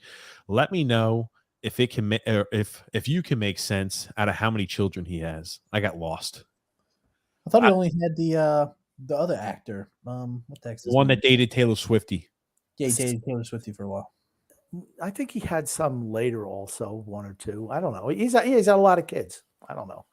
He's been married a couple times, had relationships with Sandra Locke. Multiple women. Frances McDormand. Yeah. James F. said, TJ, you drive me insane when you put my question on the screen and you don't read it, but you blow it off. What the fuck, man? No, James F. I thought I've been reading all the... Oh, sorry if I do that. I've been reading all the comments, I thought. Shame, TJ. Shame. I'm sorry, James. What did the Bruins give up to get Bertuzzi? Man, I wish he was on the Islanders. Not much. I don't think he was a first-round pick, right? I mean, think maybe I don't even remember, but I don't think it was a first-round pick because I know they gave a second. Okay. No, it's a 2024 protected first-round pick. Okay. Here's the thing. If they win the cup, it's worth it. If it's not, they don't. If they don't win the cup, it was not worth it. Let me think about how much draft capital they traded at the trade deadline this year. If you win the cup, okay, it's worth it. If you don't, it's not. Next year's is only a top 10 protected pick. So they're going to be it's next year's first round pick, essentially. Yeah. Joel said, Frank, Y'all were calling Zach Wilson the next greatest thing. Giants fans don't overrate their players near as much as Jets fans do. Okay, it's not that, Drew. That's not true, because every fan of every team overrates their own players. Sure. How many Giants fans have come on this podcast and say how great have said how great Daniel Jones is? He's not. Yep. Just not. Sorry. Tony Cheese said, did I miss anything? We happen to show your amazing high school or middle school picture, Tony Cheese. I'll let you read these. I'm going to use the restroom, guys. Yeah, Drew, that's because Giants fans were screaming about Daniel Jones being complete bust and a reach when he was taken at 6th. Yeah, but they thought he was good now. And I'm going to tell you what, the Boston Bruins have been eliminated in the first round by the Florida. Oh my gosh, dude, you're ahead of me. Oh, what an upset. What an upset. Wow.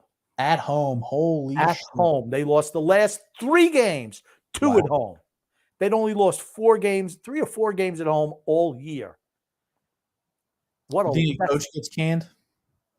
I don't think the coach gets canned, but they're an older team who brought everybody back, and what a collapse. That's a terrible loss. I'm sorry, it's a terrible loss. Next comment. Drew says, to be fair, we probably could have gotten him at number 17, but you also have to remember that who a horrible GM was at the time. Okay. Daniel Jones is not a good quarterback. He's just not. Absolutely not. He parlayed one good playoff game, and he was really good against Minnesota, into a huge deal. I thought they should have rolled the dice and got Will Levis.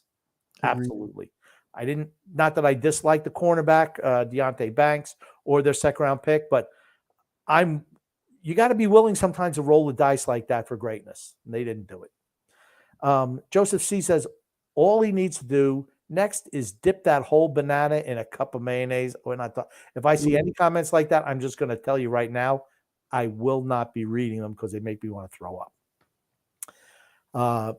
Nick D says, does Will Levis put bananas up his tailpipe? I don't know about his tailpipe, but I bet you're not going to fall for the banana in the tailpipe trick like they did in Beverly Hills Cop 2. Then Drew says about some videos. Again, the banana was way too ripe. Maybe it wasn't even a banana. Frank from Empire State says, I'd pay $20 if someone hit Marchant in his huge honker nose with a puck. I've always hated Marchand as a player. I've always hated him. He's always been dirty and chippy. And you know what? Good. I'm happy Boston lost. Yep. Frank talked also about the Florida breakaway. Joseph C says, would be better if his first name was Mike instead of Zach. Mike. No, what was it? Zach Wilson, Mike Wilson? Okay. I don't know. James F says, I have a feeling the Panthers are going to score. That was a good feeling because they certainly did. Drew says, I bike by Gators all the time. They're not Crocs unless they're really stupid. Oh, unless you're really stupid. Okay.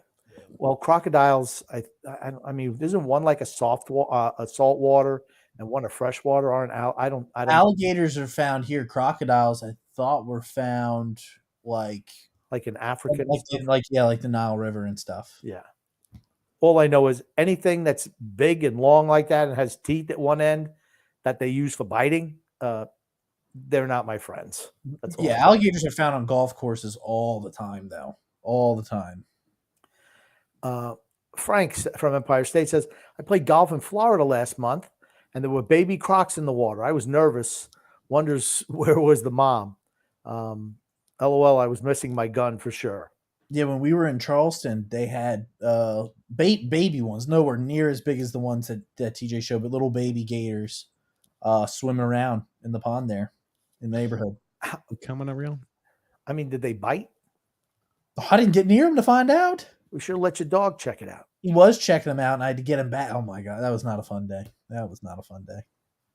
Just kick that little thing. He's sleeping right now. Then Drew says, Gators don't bother you. I've had one like 7 foot away from me at one point. On land, you can outrun them if you're relatively in shape. Those things move. They got a quick little bit. They can be pretty quick, but I don't think they're gonna attack you unless you're bothering it, doing something stupid like TJ would do. I heard it's really cool if you stick when they've got their mouth open trying to cool off. It's cool if you start sticking your hand in between that. That's what I heard. But they do confuse golf balls with their eggs. Oh boy.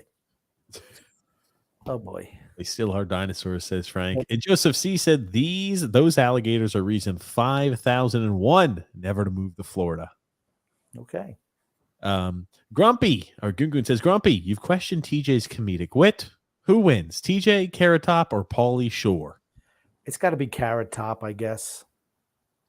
He's then Paulie Shore, who's also not funny, and then TJ's last.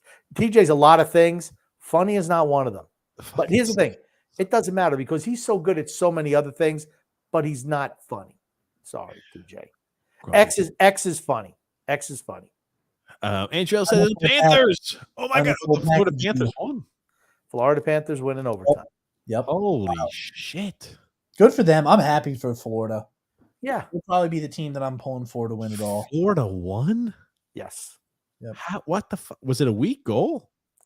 Didn't see it. I just saw everybody. Bullshit. It could have been a deflection in front of the net. It was kind of like it was shot. There were a whole bunch of guys in front of the net and just like missed it. Looked like it could have been deflected. Grumpy, are you like wiggling your string? That's what I hear. It's like you see, like when I keep seeing this thing move around like a cat's tail, Grumpy. You gotta have like supersonic hearing. TJ. I have headphones on. That's correct. Most people listen to our show might have headphones on and they hear Grumpy playing around with like. I'm not playing around with anything. Okay. Just get to the next comment. $40 million for Daniel Jones is a joke, says Frank. Mm-hmm. Drew said, yes, Florida. Oh my God. Yes. The urinating tree video is coming. Video is coming. Let's fucking go. Yeah. Shay saying, let's go Florida. Oh my God. Yes. And she said, pretty much every team I picked for my bracket has been eliminated already. Don't worry. I'm the same way. Joseph C said, holy fuck. I did pick Boston to win the Stanley Cup this year. At least you didn't pick Will Levis to be drafted #1 overall. No, that's right. That's true, X. I heard the rumor is that Will Levis is going to be picked first overall. Well, he was picked second in the second round. There we go. I was close. Boston is eliminated. Yeah, looky there. And Shay said, y'all, I'm going to both of the games of the doubleheader tomorrow. Yeah, the Mets and the Atlanta Braves had 2 straight rainouts. Wow. I'm jealous of you, Shay. I'm jealous. And Carter Verhaeghe scored 2, says Drew L. Former Islander they gave up on. Perfect. They just took my Islanders' depression away. Thank you, Florida. Now your failure is complete, Lou Lamoriello. Frank, I don't know if that would take my depression away because Toronto is advancing to the next round of the playoffs now. Got to believe Florida. Do you think Toronto loses to Florida? Absolutely not. Maybe. Boston struggled against the teams with quick speed. Toronto is not one of the teams that struggle with that playing style. I'm going to tell you what, I'm rooting for Florida in the next round. Sure. I am too. I'm not rooting for Toronto, but Toronto's going to find a way to win. Joseph C. Grumpy. There's the greatest choke job in NHL history, I guess, Boston. Best record ever, and they were up 3-1 in this series. Yeah, that's a collapse. Yep. Cannot let that happen. The President's Trophy. Go ahead, X. I'm sorry. I said they don't recover from that. Usually teams that are up that big and end up losing. I mean, they made that comeback too in the game and then gave up that goal right before the end of the third period for it to go to OT and then ended up losing an OT. You don't recover from that as a team. To me, it's the fact that they're an older team. It's not, I mean, Tampa Bay lost 4 straight to Columbus, and the next year they won the Stanley Cup, right? Yeah. But the whole thing is they were a younger team. This is an older team with a lot of guys who came back for one more kick of the can and lose the way they did. I mean, at the beginning of the season, I said Boston might make the playoffs, but I could easily see them not making it. And I was surprised, that they played as well as they did. And they're going to lose a lot of guys in the offseason. You thought they were the favorite to win the cup. I did. I absolutely did. Absolutely. Nick D said the President's Trophy curse is alive. True. And then, Carter Verhaeghe. Islanders. Carter Verhaeghe. Islanders had him. Yep. Viola Brownie also saying the curse of the President's Trophy continues. This is good. Maybe we can get Bertuzzi. No, they're going to sign Bertuzzi back. They've got a lot of guys coming off the books. Boston does. What a devastating loss for those veterans, though. You're not kidding. Bergeron, Krejci. Oof. Yep. Thomas Moore said another President's Trophy winner bows out early. Yep. Dum, dum, dum. Another one bites the dust. 2 Islanders send their teams to the second round. John Tavares and Carter Verhaeghe. Yep. Holy crap. Yeah. 2 former Islanders. God almighty. Yeah. Jim Montgomery, just like Barry Trotz, a great regular season coach. Oh, shit. True. Saltwater Crocs exist down in Florida there. Sunday Sand says, everybody in my house is yelling. Wow. Well, man, I tell you. James F. said, would you guys be surprised if Seattle wins? Yeah, I was not picking the Kraken to win this series. No, I hope the Kraken do beat Colorado, though. Yeah, I thought it'd be nice. But yeah, I was picking Colorado to win this series. A goon grumpy. Well, actually, this is the next question. You haven't commented yet on the Islanders' fart ending their season. Be honest. Did you cry when they blew it? I was okay. I was upset when the Islanders lost, especially he gave up that goal in overtime. I was like, ugh. Was it overtime? Yeah, it was overtime, right? Yeah. Yep. Yeah, I was upset. I was not happy about that. There was no crying, though?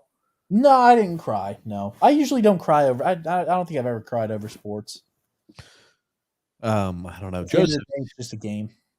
Joseph C sent this to us here. Let's take a look. This is, I guess, the game-winning goal. Yep. Get alive. Carlo can't grab it. It comes to Verhaeghe. Turn, shoot, scores! I couldn't tell if it was a deflection or just kind of snuck through. What was that, X?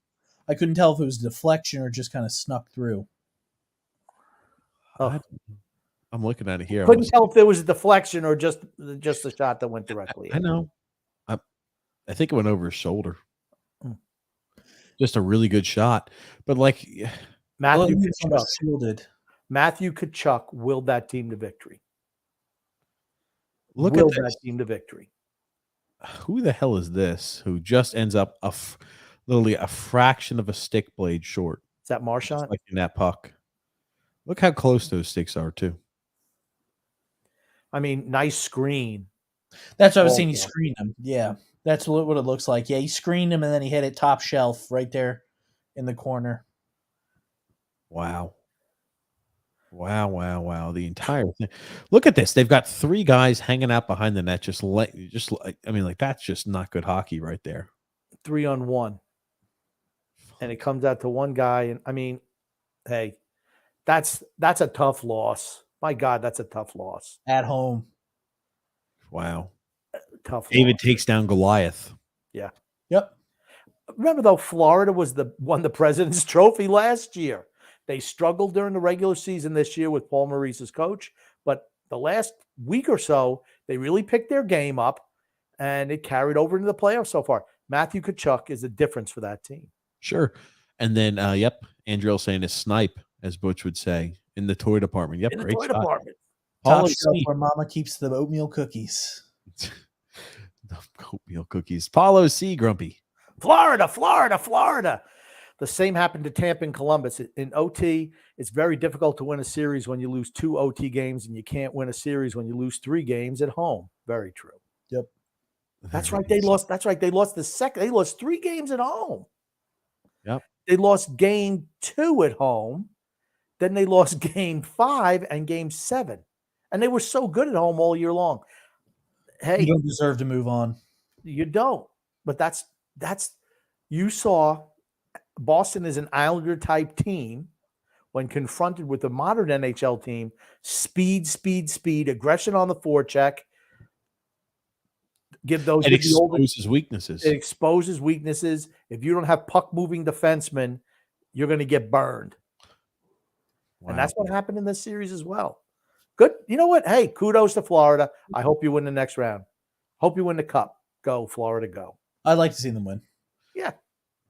Yeah, Boston lose 3 at home. Absolutely. Shay said, I got tickets for $8 in section 137, not in the outfield. So that's $4 a game, and it's 9 innings. Very fair deal for tickets. What the heck? Nothing wrong with that. Shea must be connected that she got her ticket prices that cheap. From It's that. funny. She said, after the Islander game, she thanked all the like ushers and people who work there. So that's how she's got her connections. Hey, how you doing? Slip them a couple of greenbacks. That's how Shea gets in those spots. She knows. There it is. Steve S says, "Hey, Grumpy, looks like Boston will be golfing with the Islanders." That sure does. The old guard goes down. Yep, Young teams move on. that's right, Paul. They lost 3 games at home. My God, that's crazy. Yeah. Let's move Lee out and others and get Bertuzzi, says Frank. He's not going to sign here. They're going to sign back Bertuzzi. With guys like Krejci and Bergeron retiring, Bertuzzi's going to be signed to an extension with them. I'm sure we'll talk about that on Wednesday for certain. Oh, absolutely. Tommy Shredder said, "I'm disgusted that Toronto moved on. I need to see them and the Rangers get eliminated." Toronto, I'd say it's a much easier matchup for Toronto to play Florida than it is for them to play the Bruins. Agreed. And the Devils are at home, right? Yep. Game 7 tomorrow night. Look at this. I can't wait to watch that. Look at this new meatball parm. Good evening. Oh, look at that. What's a new meatball parm right that there? Peppers on there? Is that Peppers on there? Good evening, TJ Grumpy and Grumpy Jr. Grump Jr. Grump Jr. That's UX. That's X. Son X. It must be the comedy that I bring to the show. That must be it. That's right. No, the hairline looks similar. Tommy Shredder. Chances of the Rangers losing to the Devils. I think the Rangers win. Okay. TJ, you look like a guy who's used as an advertisement for cleaning. I just want to say that it's always, for me, more fun to watch the playoffs, like Game 7s, when a team that I like is not involved. It's more enjoyable. I don't have to worry about a rooting interest where you get nervous or, you're rooting so hard for a team to win, where you're just hoping for good hockey. It's more fun. Now you can sit back and relax. Yeah. That's the way I always feel. If I don't have a dog in the fight, it's a lot. You hope for a good close game. Yeah. You hope for 7-game series, OTs. I was absolutely rooting for overtime today. Yep. And I'm rooting for maybe not. I just want Colorado to lose to Seattle. Drew sent this, and he said, "Sending this to the Boston fans." Oh, wow. Look at this. Hold on. Do you know who that is who is filming the video? Do you know what that is from? Grump. No. It's Sidewalk Talk. What the hell is Sidewalk Talk? Oh my God. They're like they have like a Instagram page and YouTube and stuff like that, and they interview people in New York. That guy's parents are so proud of what he's done with his life. I can tell you that much. Sidewalk. That's where remember the Joe Byron? Yeah. That's where that came from, was Sidewalk Talk. Okay. I learned something new every day. Joe Byron. Bing bong.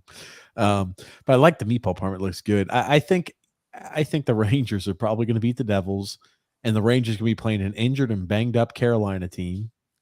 And you're going to have as well Toronto facing off against a Florida Panthers team that not great defensively, but Bobrovsky's been really good since he's been the starter. Yeah, I'm going to say Toronto is probably the favorite to beat Florida. Oh, yeah. Could you imagine, as I mentioned, worst case scenario, ladies and gentlemen, for Islander fans, the Rangers and Toronto face each other. Who are you going to root for? You're going to root for John Tavares to have a chance to lift a cup and say, "F you, I made the right decision. I knew what I was doing." Or is it bad to see the Rangers lift the cup? Yes. Here's the thing. It's totally different. If you lived up in New York, there's no way you're rooting for the Rangers as an Islander fan. I'm sorry. Sure. Yep. Maya Lebrani said, "Anybody we can add from Boston?" They're an older team. And the other thing is they're going to have a lot of cap space with guys retiring. So it's like, not really. Those guys not making a whole lot of money. Really? Bergeron not makes a good amount of money? Bergeron was making like, I mean, I can look it up for you, but I want to say he was making like $1.5 million, maybe $5 million this year. It's not a whole lot of money. Making $5 million. Yeah, you're right. Okay. I mean, how much was Krejci making? I mean, Krejci's making $1 million, and Bergeron made $2.5 million. Players are severely underpaid. They have a lot of guys who are UFAs. Nick Foligno, 35 years old, UFA, no loss there. Bergeron, 37 UFA. Tyler Bertuzzi, 28 UFA. He'll be coming back. Nosek, 30 years old, UFA. Hathaway, 31 UFA. He's an Islander type player. Trent Frederick is a restricted free agent. David Krejci, UFA, 37 years old. I mean, they're old. They do have AJ Greer. Everybody else has really signed long term except Dmitry Orlov. The two guys that have to sign back are Orlov. They're probably going to sign him back in Bertuzzi. Yeah. But that means Pasternak's contract increases from about $6.6 million a year to $11.25. going into the offseason, they have $10 million in cap space. And like I said, they got a bunch of UFAs. They're going to have to shed some salary, do something. They're going to have to do something. Yeah. Grump, do you feel hockey players are severely underpaid? Absolutely. For the big sports, absolutely. Yeah. I agree. Mikey D said, what the fuck just happened in Boston? Total collapse. Bergeron was hugging his teammates after the game. Might be the end. Yeah, he said this is his last year. I think it's the end. Yeah. Set you one more video there for today. Thank you for that, Drew, for the L. Shay said, I picked Seattle in one of my brackets and Colorado on the other one. Yeah, there it is. It's a toss-up, that series, obviously. I'm going to tell you what. In no bracket that I picked, that I have Florida beating Boston. That's correct. Yes. Andrew said, maybe we can add Boston's equipment manager. Maybe. And Shay said, to be fair, Verhaeghe played for the Sound Tigers and not the Islanders. Yeah, we just stabbed him away in Bridgeport, even worse. But wasn't Fredo in charge of the Bridgeport team when Carter Verhaeghe was there? How come he wasn't able to identify him as a talent for the big team? Didn't have that ability. Frank says, Kachuk is a mega Chad. He's really, really good. He's really, really good. James F. said, since 1994, no team that has won the point total in the regular season, no team has won the President's Trophy in the regular season, has advanced or won the cup. That is a curse. Damn. Shay said, yeah, there are tickets for $5, but I'd rather pay the extra $3 to sit at field level. No, the tickets are cheap. No, the tickets are cheap just on TickPick. Okay. Islanders puck life, Grumpy. Hey, all. Big fan of your two pods, but I never commented before. Just wondering, since I've only been watching for a few weeks, where did the name Fredo come from for Chris? Keep up the great work. Because first off, thank you so much, Isles Puck Hockey, for the kind words and commenting, and thank you so much. But Grumpy, go ahead. The name Fredo came up because Papa Lou is like Don Corleone or Don Lamorello, and his incompetent son is Fredo. Because Fredo, a.k.a. Chris Lamorello, has never gotten a job in his life, not even as a paper boy has he gotten a job in his life that his dad didn't get for him. Fredo. In fact, when he went to college at Providence, it's because his dad had been coached there previously. That's how he got him there. He didn't play much. All of a sudden, he graduates from college, and he's a New Jersey Devils scout.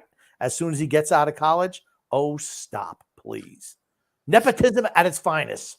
Fredo also is from The Godfather, in case you didn't say that too. Maybe Islanders puck life is not maybe he's never seen The Godfather before, Grumpy. But yes. Okay.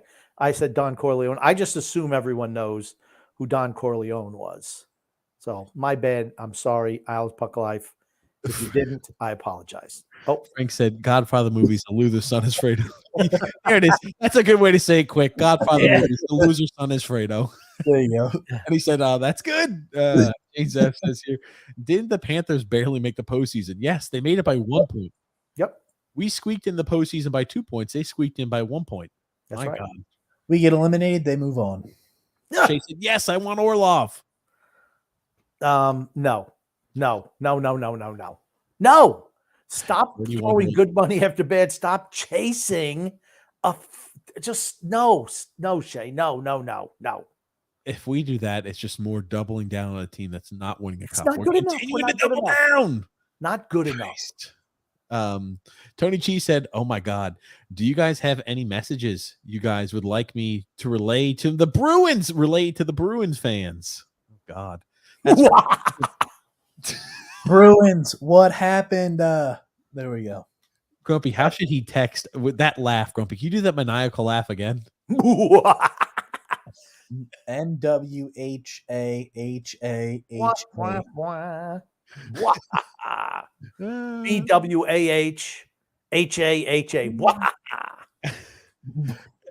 And I'm up there in the Boston area and ready to shit on everyone, says Tony Cheese. Yeah.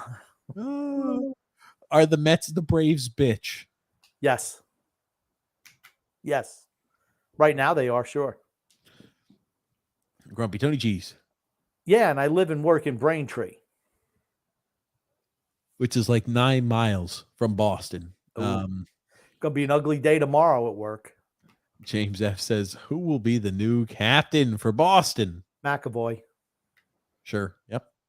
Tony Cheese says he'll be the new captain of the Boston Bruins. Sure, why not? I'll be a mole. There it is. I like that, Tony Cheese. I nominate you. You've got my nomination. Goon Goon Grumpy. Guaranteed the Jets make the playoffs now? Yep. Or since this, the Jets, nothing is guaranteed. Okay, nothing is guaranteed. Here's my caveat. With all of the injuries that teams have, that could derail any season. Yep. Any season. But if healthy, I think that they're probably the second best team in the AFC East. If Aaron Rodgers stays healthy, they make the postseason. If he goes out there, sorry. Okay. If he goes out there and blows out a knee, probably not. Number one in that team is Buffalo Bills in the AFC East. I just think Buffalo is not a winner. And number 3 are the Miami Dolphins. That's what I said, number 3. And then you've got the Patriots as number 4, probably. It's so funny. You listen to the Boston talking heads, and when Brady was there, they were always trying to make excuses how they could lose and all that stuff. And now they're saying, oh, well, the Patriots, they're like a 10 or 11 win team next year. I'm like, you're freaking dreaming. A 10 or 11 win team. Yeah, they fucking lost their damn minds. They look like maybe 7 wins. Yeah, there's no way in hell. James F says here, now the Bruins are out. Maybe the Celtics are next. And James, the JPEG, the image you try to send doesn't copy in here. If you message us that on Twitter or Facebook, I'll pull it up. Oh yeah, there's a guy from the Avalanche who fractured his neck. Grumpy, I know you wanted to talk about that. A guy from the Avalanche fractured his neck? Yeah, I saw that. Maybe it was X. I saw something on it. I didn't actually watch the play, but like I saw like there was an article or like a snippet where it came up that he fractured his neck. Oh, I was like, oh shit. Cagliano. He suffered a fractured neck and a controversial hit. Fractured neck, I'm sorry. Oh. Here's the freeze frame. You have the freeze frame? Yep, right here. Okay. Yeah, who? Oh, on Cagliano. Oh, okay. I guess he's out for the rest of the year. That's for certain. With a fractured neck, I'm sure he is. It's a fast-moving sport. Oh, it was Jordan Eberle. It was Jordan Eberle who laid that hit. Yeah. He avoids suspension for the hit on Cagliano. Now, do you run one of the Kraken's players? Here's the thing. Jordan Eberle is not a dirty player. He's not even a physical player. No, I wish we could have seen the whole thing, how it laid out, honestly. He's out there fracturing necks. What do you mean? Yeah, it's true. I'll pull it up. Give me a second here. He's a neck breaker. Exactly. You can't get any more physical than that. Like Ken Patera used to have a move which was like a full Nelson. I called it the swinging neck breaker. Ken Patera was an old WWF wrestler, super, super strong. He was like a one-time the strongest man in America, went to the Pan Am Games, and he'd do this and just swing guys around. Oh, wow. That's not Ken Patera right there. I'm going to tell you that much right now. Yeah, well, you mean Cagliano. Yeah, that's Cagliano trying to get woken up from his fractured neck. Ouch. Okay. Is he as strong as Mark Henry? Mark Henry! Mark Henry was after him. Okay, let's see this head here. That's boarding. Yeah, he shouldn't have done that. Holy shit, that's boarding. Oh, he turned. Yeah, he turned. I mean, it's unfortunate, right? See, watch here. Why are you hitting? It's the fact that he turned, hit the puck. I don't even know. How he didn't even really hit him super hard. Again, it's where the guy is. You're just not allowed to hit people. He had his back to him the entire time. You not allowed to do that, man. You realize that every player hits everybody from behind all the time. all the time. Every Yeah. single play is a guy getting hit from behind. I don't think Jordan Eberle's not He's dirty, not. but he He's should not have laid that hit. That's all.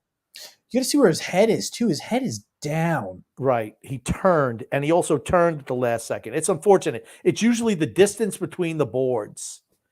I mean, it's a shame. Well, we wish him well. That's for certain. And I just do want to mention one thing. Shaq Barrett, who's a linebacker for the Tampa Bay Buccaneers, his tragedy, his daughter drowned in a pool this morning, and we certainly wish his family the best. That's terrible news. Terrible news. Sure. Yeah. Yeah. Yep. 2-year-old daughter. But yeah, bad news, Grumpy. I was trying not to bring that up because, like, you don't want to bring up sad things like that. It's a fun show. It's a but we want people to know we really. Grumpy likes talking about stuff like that. I don't like talking about death. But I feel for the guy. I mean, his daughter. The Barrett family. Is terrible. Yeah. And it wasn't his only. I think he's got 3 other kids or something like that. But it's just like to have one as a child. Yeah. I'm not saying it's not. I'm just saying to have a loss, and now your kids are sharing that loss too. It's just even worse. Is what I was going to say. Before you ran me off there, X. But Tony G said, "Oh, I've been walking around asking people if they would like to submit an application to be Jets fan." There it is. I bet you're going to see a lot more Jets fans this year. And I'm going to feel stupid if Aaron Rodgers thing doesn't work out. I think it'll work out for the first year. Dude, I'm so pumped. The Eastern Conference is up for grabs. Absolutely. Goon Grumpy. Grumpy, it's been a while since you sang us a song. How about a little Raindrops Keep Falling on Your Head in tribute to another disappointing end to an Islanders season? You know what? It's funny. I don't remember. I know the song, of course, and the I can get it played up for you. Give me a second. I just don't know the words. And that song, I think, won an Academy Award. It was part of the movie Butch Cassidy and the Sundance Kid. In the scene it was played in was when Catherine Ross was learning how to ride a bicycle with Robert Redford and Paul Newman. You ready, Grump? Yeah. Raindrops keep falling on my head. Raindrops falling on my head. The neck. And just like the guy whose feet are too big for his head, nothing seems to fit. Those raindrops are falling on my head, they keep falling. So I just did some talking to the sun. X, stop that, please. Stop that, please. Stop it.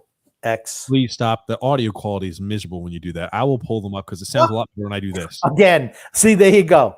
That's why you can't ever say anything. It's always bad unless TJ. I try to do something nice. His audio output comes from his computer. Now he's blowing his computer up, and anytime you talk, Grumpy, your audio is clear, so it trumps X's audio. So that's what happened. I could pull it up. This is what you guys were doing. You just were pulling it up on the freaking computer when I used the bathroom that one time. I don't know. You're Rocky. God Almighty! I thought you were going to pull it up on your phone, but a lot of demands for a guy who spends half the podcast in the bathroom. That's all I gotta say. Very hypercritical. Maybe that's what he's doing. He's fiddling around on his little computer in the bathroom. Frank says, "Stop jinxing the Jets, Tony. Focus on ripping on Drew. That's quality shit, man." Ouch.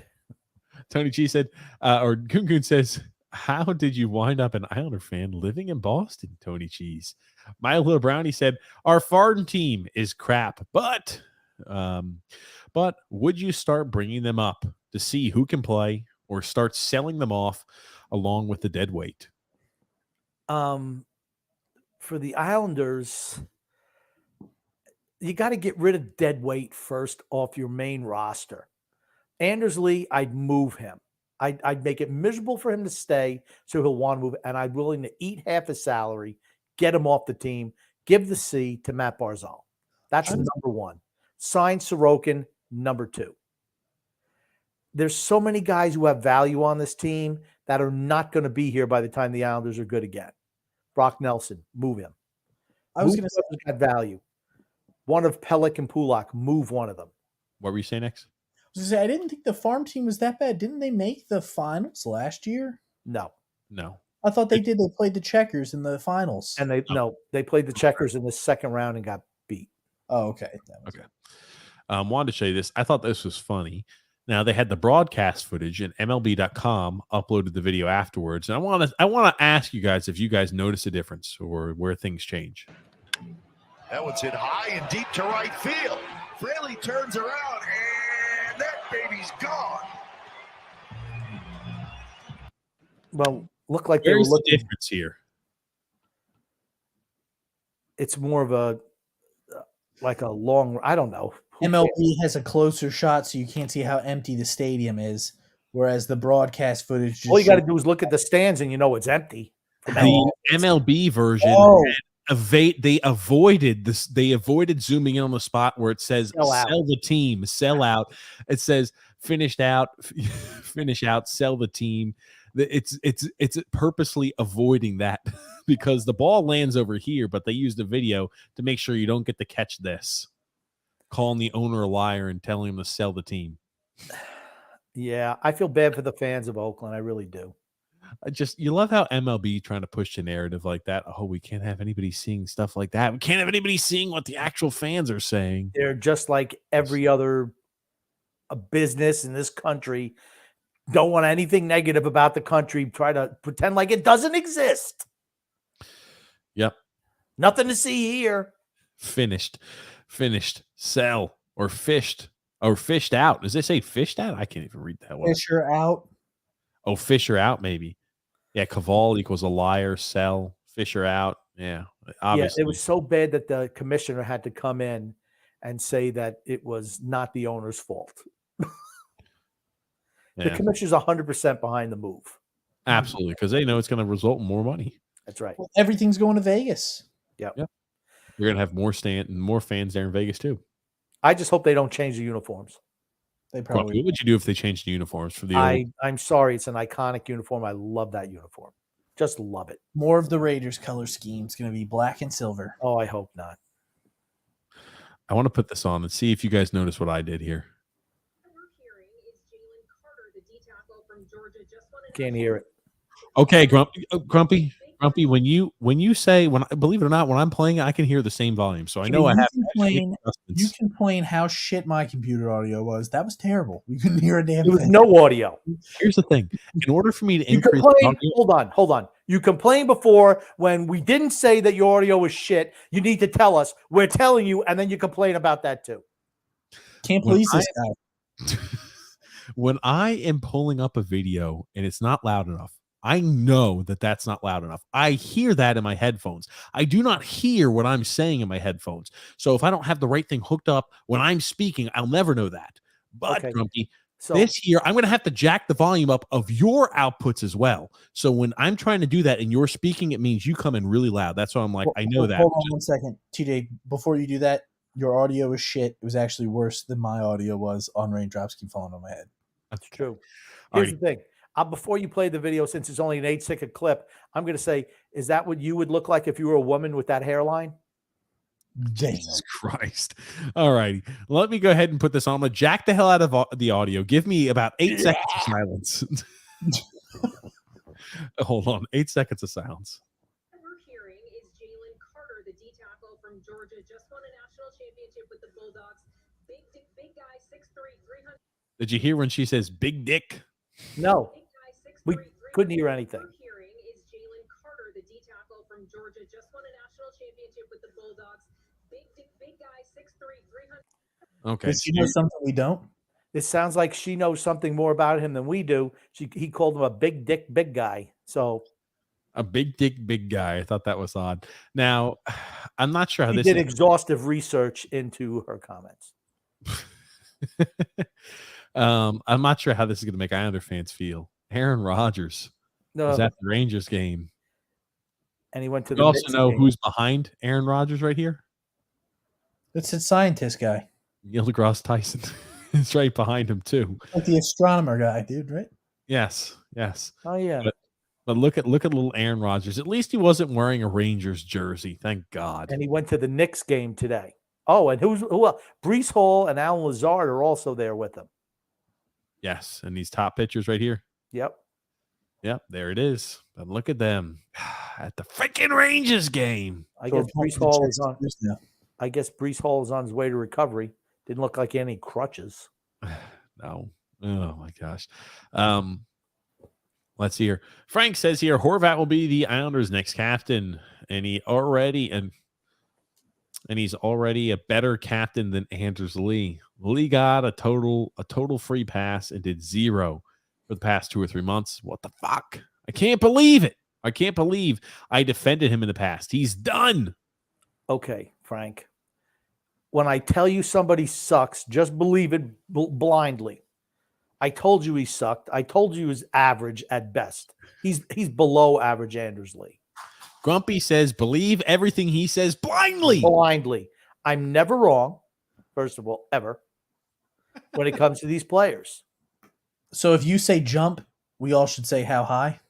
Well, that's for you for certain. Some people might ask, how many times? Anders Lee, he is what he is. He's always been the same guy.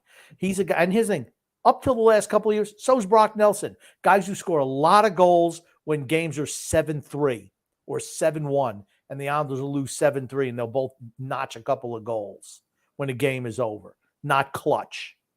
And Horvat should absolutely not be the captain. It should be Matt Barzal. Tommy Shredder said, interesting to see that Rogers is at the Rangers game, Jets, Islanders, or maybe not. I'm a Giants fan. So I don't know, but interesting. I'm going to go out on a limb and say Rogers could give 2 shits about hockey and was just there because the rest of his teammates were there. That's what I'm going to say. And he could care less about the Rangers or the Islanders. He's like, okay, gotcha. I'll just go to the game because it's something to do here, and I'll get out there. PR move. Okay. The Rangers are a higher cachet team. And that's than the Islanders. They just are. And he was at the Knicks game today. So yeah, I did see that. So what you're telling me is he's showing face at as many New York sports teams as he possibly can since you just got traded at the big ones. He wants to go to the big ones. I agree with that. Gungun said, why did Rogers choose to attend the Rangers home playoff game and not an Islanders home playoff game? He wanted to be with a winner. Oh, fuck. Grumpy. Oh, man. Frank said a neck fractured by Ed the Eberle hit. Did Martin teach him that? Ooh. Got here a comment from Paul O.C. says, Boston was unlucky losing the last 3 games after being up 3-1. Game 5 at home, lost in overtime. Game 6, lost when they were up in the third period. Game 7, lost again in overtime when Florida scored in the last minute. Okay. Got to be able to close out the game. It says more about Boston than it does about Florida. You can't hold the lead. I mean, they were 3 the best games in a row. They were the best defensive team in the league and second best offensive team in the league, and it didn't translate in the playoffs. And I've mentioned it before, they're a team that struggles with speed like the Islanders do. And Florida, when Florida's playing their game, we can't handle them. And Florida gave Boston a problem all year long. If you look at their schedule against Boston, they won the lion's share of the games against Boston. They're good. Drill said, and by the way, I'm saying is Jalen Carter was smashing earlier this month. Oh, God. All I'm saying is Jalen Carter was smashing earlier this month. Exactly, Gungun. I was against the Jets getting him, talking about Aaron Rodgers. And just before the hockey game, I was beginning to accept Aaron Rodgers. Then he goes to a Rangers game. What the fuck? No. That's a great move by the Jets, getting Aaron Rodgers. I think you're going to get Aaron Rodgers from 2 years ago. People say, oh, he was so bad last year. He wasn't great, but he had a thumb injury all year long and no one to throw the ball to. He wanted to be gone. He wanted to be gone out of Green Bay last year. Steve S. says, look at the bright side, boys. Boston only played 1 more game than us this year. Okay. Boston losing doesn't really make me happy. Okay. Think about it. Boston losing is a catastrophic blunder, but some Islander fans will tell you, well, we made the playoffs. That's a good season. It's like the same thing with Boston. Boston fans should think this year is a complete and utter failure. They will. Absolutely. Fan base. Go ahead. They're not a softy fan base. They are with the Celtics, but not with the Bruins. I was going to say our fan base would spin it as, oh, but we had the best regular season record. Yes, our fan base would be like, we broke records, guys. So that was a moral victory. That's where you give them the slow clap.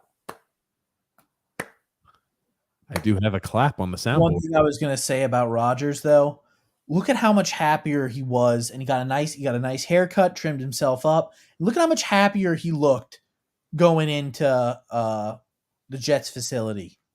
Yep. He looked miserable last year going to Green Bay. He's gonna have a big year this year. I think he's gonna have a breakout year this year. Yeah, sure. Frank says, I'm giving Barzal the captain. He'd help him raise his game. If not, maybe Bo Horvat is a way better captain than Lee. Yes, I think he is.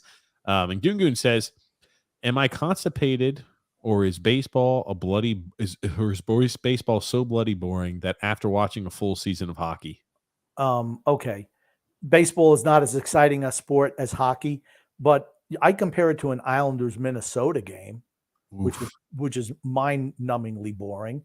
But it's just they're two totally different groups. Totally different. But W says, Holy Mother, Panthers won. Yeah, absolutely. Frank says he cannot watch baseball, doesn't like it. Drew L says here, Elon Musk has done a better job with exposing the bad in this country than every other business in America.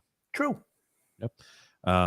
James S says, silver and black, silver and black, silver and black. Get it right, Son X. Sorry. What I say, black and silver? Sorry. Did you say black and silver? I said black and silver. My God, I didn't even pick up on it.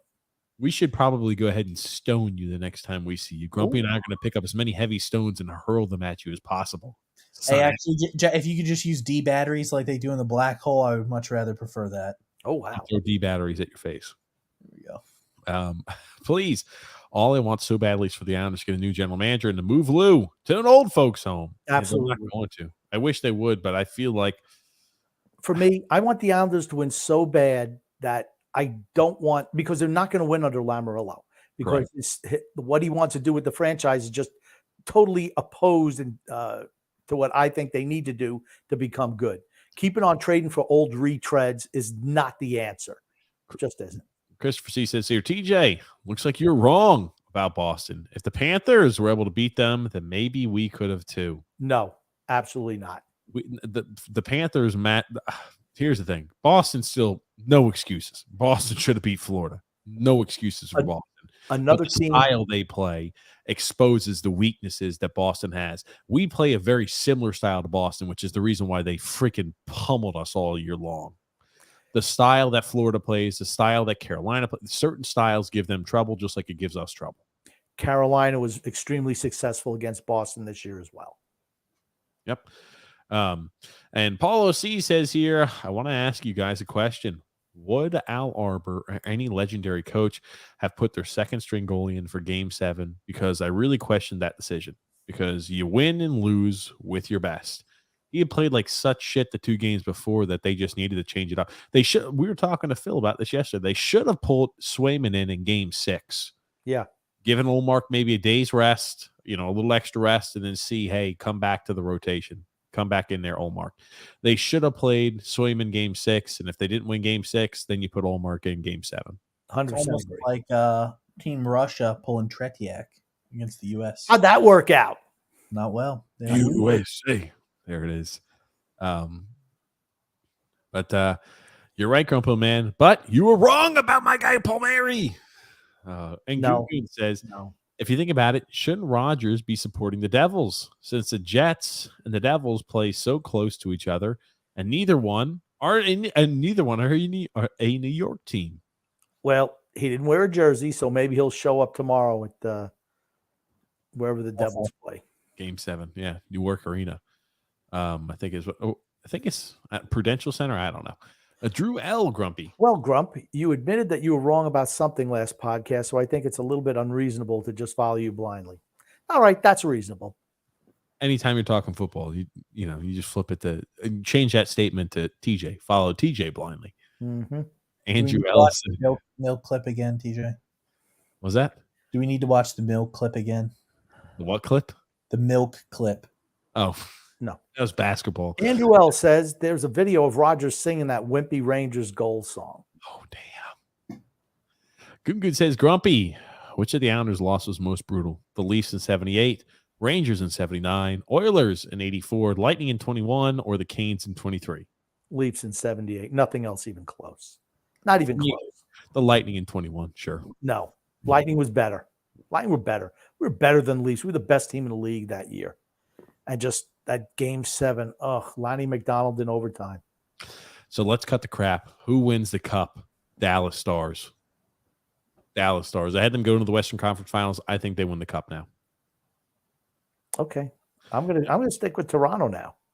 Dallas Stars. I have no freaking idea. Every prediction I have is absolute shit. So I'm just not even going to bother. Grumpy, you picked Tampa Bay to beat Toronto. There was one guy who picked Toronto to break their curse.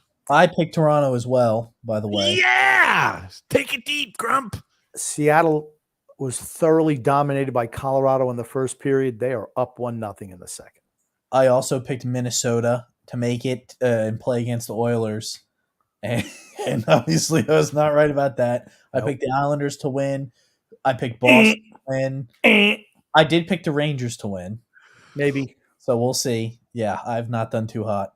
You know who I think's going to win the Stanley Cup? Cutting the crap, being serious? Who? Rangers. Oh. Make a lot of Can you fans. imagine how fucking awful that would be for Islander fans if the Rangers won the cup? It's worst case. That's worst case scenario. And we're on the way down and they're winning a fucking cup. Oh, man. JP says, hey, y'all.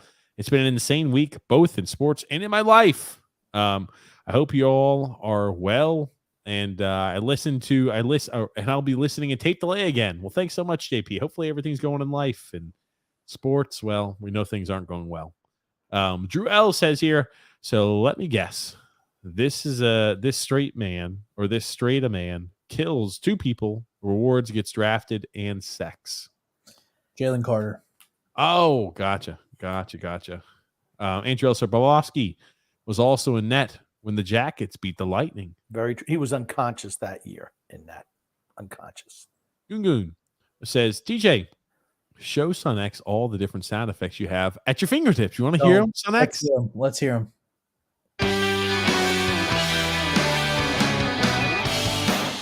Oh, shit, guys. Oh, my God. I can't mute that one, boys. That's a bad one. I'm sorry. Hit something else. Okay, here we go. Holy shit. I'm like, I don't know how to mute. That's the one button that's broken. That does not come unclicked. I was like, holy shit, that's loud. So, Son X. Just say you can't do it. Just play the rest of them. Or do it after the show's over. Okay. Shay says here, I'm kind of disappointed that I won't get to see Jose Budo pitch tomorrow. He knows me and we're friendly. I wished him a happy birthday, and all the fans around us started to sing it. There's that Shay again. Holy shit. Look at Shay. Looky there. Let me ask you, having the little music playing in the background, you guys like that? No. Dun, dun, dun, dun, dun, dun. Play one more time. Dun, dun, dun. He said, okay, I'm very disappointed, but maybe my friend Stefan Nozick will be activated tomorrow. Nogasek. I got a little laugh. He doesn't want to read the G. Hold on. He doesn't want to read the G in Nogasek, but he does want to add the G. And who was it at the beginning of the podcast? Oh, Hognes Wagner. Play the laugh track. Hold on. Here you go. Man's Grumpy's favorite. Grum. That one needs to be used. You need to give my ass control of that shit. Because every time you have a You fuck can up, add anything to the soundboard. Drew sent us a few, but I just haven't every done time you have a fuck up, I'm hit womp womp womp. And then the laugh track right after. Oh my God. Hold on. Conspiracy theories with Coach Tommy Baffy. I think I had that. Holy shit. Man, I've got to update that soundboard. That's years old. Seattle scored first again. Druell said, by the way, I know Anthony Richardson is considered an unfinished product. However, the Colts drafting him as high as they did. He has to start. Now, that's something I did have queued up for us to talk about. And Grumpy, you said, or you had sent me an article stating that Jim Irsay and the Colts would have drafted him probably first overall if they had that first overall selection too. That's true. And you know what? That just goes to tell you once again, teams are losers for a reason. If that's the mindset of that organization, your team is going to suck. Here's my thing. Do you think they're just saying that because they got him and they want to kind of pump him up a little bit? I don't know, man. I don't know. I'm leery of anybody who says, I'm going to be a Hall of Famer. He doesn't say, I'm going to win Super Bowls. He says, I'm going to be a Hall of Famer. Anthony Richardson started in the first week of the regular season, is reportedly as a real possibility for the Colts. Colts owner Jim Irsay was asked about an idea of Richardson potentially getting the start week 1, and he said, I think it's important. You get better by playing. I mean, practice in preseason games and watching in a quarterback room is great, but man, I'll tell you, he'd get better by playing, and it's something that is really important. He's only the third quarterback in 35 years who's had a completion percentage of under 55% get drafted in the first 3 rounds. I'm going to go out on a limb and say the majority of those quarterbacks have not panned out well. My whole thing is he's only played 13 games in college. Wow. Only one season, really. That's it. And it's like, okay, he's an athlete. I'm sorry. What does the film of the game show? He can't complete passes. They always show the one where he throws the ball 70 yards down the field. Okay, how many plays are there in the NFL where guys are wide open like that? How often do quarterbacks have enough time for a wide receiver to run 70 yards downfield? Right. They don't have enough time. I mean, I don't know. This kid has bust written all over him. I'm not rooting If they against utilize him too early, absolutely he'll bust out, no doubt in my mind. Or maybe they use him like they used Justin Fields last year, just as a runner. Yikes. Yep. Justin Fields didn't develop his game at all. Well, yeah. I mean, in Justin Fields' defense, he's had, 3 offensive coordinators in 3 years now? Justin Fields is a bust. Runs the ball, run happy. He's not going to be able to pan out. Simple as that. Gungun says a good goof would have been playing a depression/funeral/organ music while discussing the Islanders season end. Oh, God. Yeah. Like the Undertaker's music. Shit. And you could dress as the pallbearer, TJ. Shay says here, Bergeron. Can we do that again? Oh, the Undertaker, the Islander season is over. You should have gone on and done that as soon as we started the podcast. You should have dressed up as him too. That'd been great. X, do the face that he does. The urn. I can't even do it. You do it, but you do it better when you start talking. You get into it. I don't even know what the hell the face, and I can't replicate it. Just I got to do it naturally. Yeah, you do it very good naturally. Shay said Bergeron says he'll take some time and talk with the family before making a decision on the future. Right now, it's hard to process anything. It hurts, really. It hurts right now. 2-0 Seattle. Oh, Seattle! Will we get a comeback from Colorado, though? I don't know. Oh, my gosh. Seattle. 2 years. Expansion team's better than the Islanders are. Expansion team. Don't worry. Vegas, their first year was better than the Islanders were. Drew L says here, also, TJ sent you sound effects like 3 weeks ago. It's on the Islanders never said I email. I know. Thank you. I'm going to look at that. It's on the list. It's on the list. Patrice Bergeron said he was playing with a herniated disc in his back. Right. Wow. That's what I told you, it was a back injury a couple weeks ago. Yikes. Gungun says, should it be up to Grumpy to decide who should be in charge of the sound effects? Well, I'm not. Okay. Gungun, let me tell you this. How long we've been doing these shows? How many sound effects has TJ ever used? It's usually the clap one, which he's got a mumble bump all over it before. Oh, hold on. Is that the one you're talking about, Grumpy? Yeah, and he finally hit that one. And if he's used he's never used any other sound effect. He used the clap one maybe 4 times in 4 years since you've had that soundboard. He's used it maybe 4 times. Son X should be in charge of the soundboard. I do really good with the soundboard. I'm going to let you know this, ladies and gentlemen. Okay, in X, there's no way in hell you're going to get the soundboard, right? This allows me to control the volume output. What is it, just 1, 2, 3, 4? Is that the keys you hit? And then they have different things on them? No, there's a lot more than that goes into it, X. Oh, shit, I'm going to rip that thing out. So, no, just trust me. There's a lot more that goes into it. And I will put this up here. Kraken 2-0. Wow. I like the Avalanche. Goon says, Grumpy, you sounded like Rob Halford singing in that impeccable falsetto. Well, it's just pure luck. Got here My Little Brownie, Grumpy. Would really be disappointed with Boston if management makes a "we don't have any words" type press release.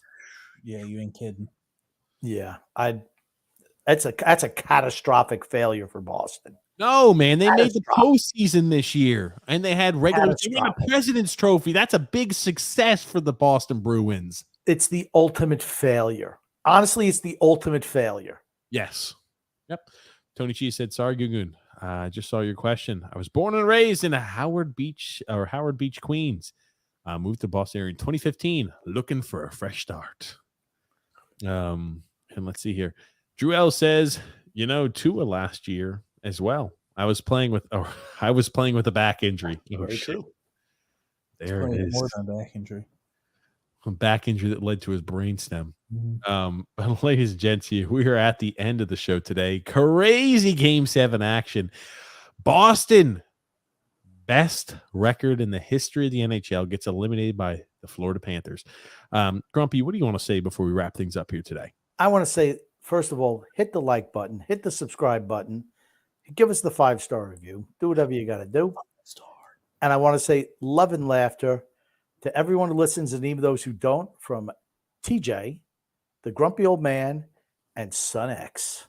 Right. Do that again. Do the Son X pointing to again. Son X. Oh, he's giving you a thumbs down, Son X. Son X. Right, no problem. I got one here. And I just want to thank everybody for coming out and listening. I had a great show, and especially to Grumpy up top right there. Grumpy. Oh, there it is. Well, thank you so much, Grumpy and Son X, for being a part of the show. As always, thank you so much, everybody, for tuning in. Hey, Islander season over. It's time to just enjoy all the other sports that are out there. Time to enjoy some baseball. Time to get ready for some NFL season. Time to enjoy some world football, soccer. Oh, hey, really quickly before we end, Man City, with their win today, finally has passed Arsenal in the race for the Premier League title. Arsenal found a way to bottle it down the end, and man, oh man, is it embarrassing. They ruined it, to say the least. They ruined it. Good one, X. Oh, man. Oh, dude. Andrew L. said a super weak intro and outro from Son X. Holy shit. I told you, Son X. My Little Brownie. Bring it. Son X, I'll let you read this. My Little Brownie has a comment for you to read. Maybe Son X can read comments someday. Do you think TJ would? TJ says, Grumpy, I want you to read the comments. I read 1 or 2, and then TJ just takes over again because he's such a control freak. I'll let TJ take over. I want to work that soundboard, though. I think I can do a pretty good job at that. Goon Grumpy. Was this the most? Goon says, was this the most grounded ever? Was this the most ground covered ever in an episode? If so, let's all applaud. I don't know. It didn't seem like we talked much about sports today, honestly.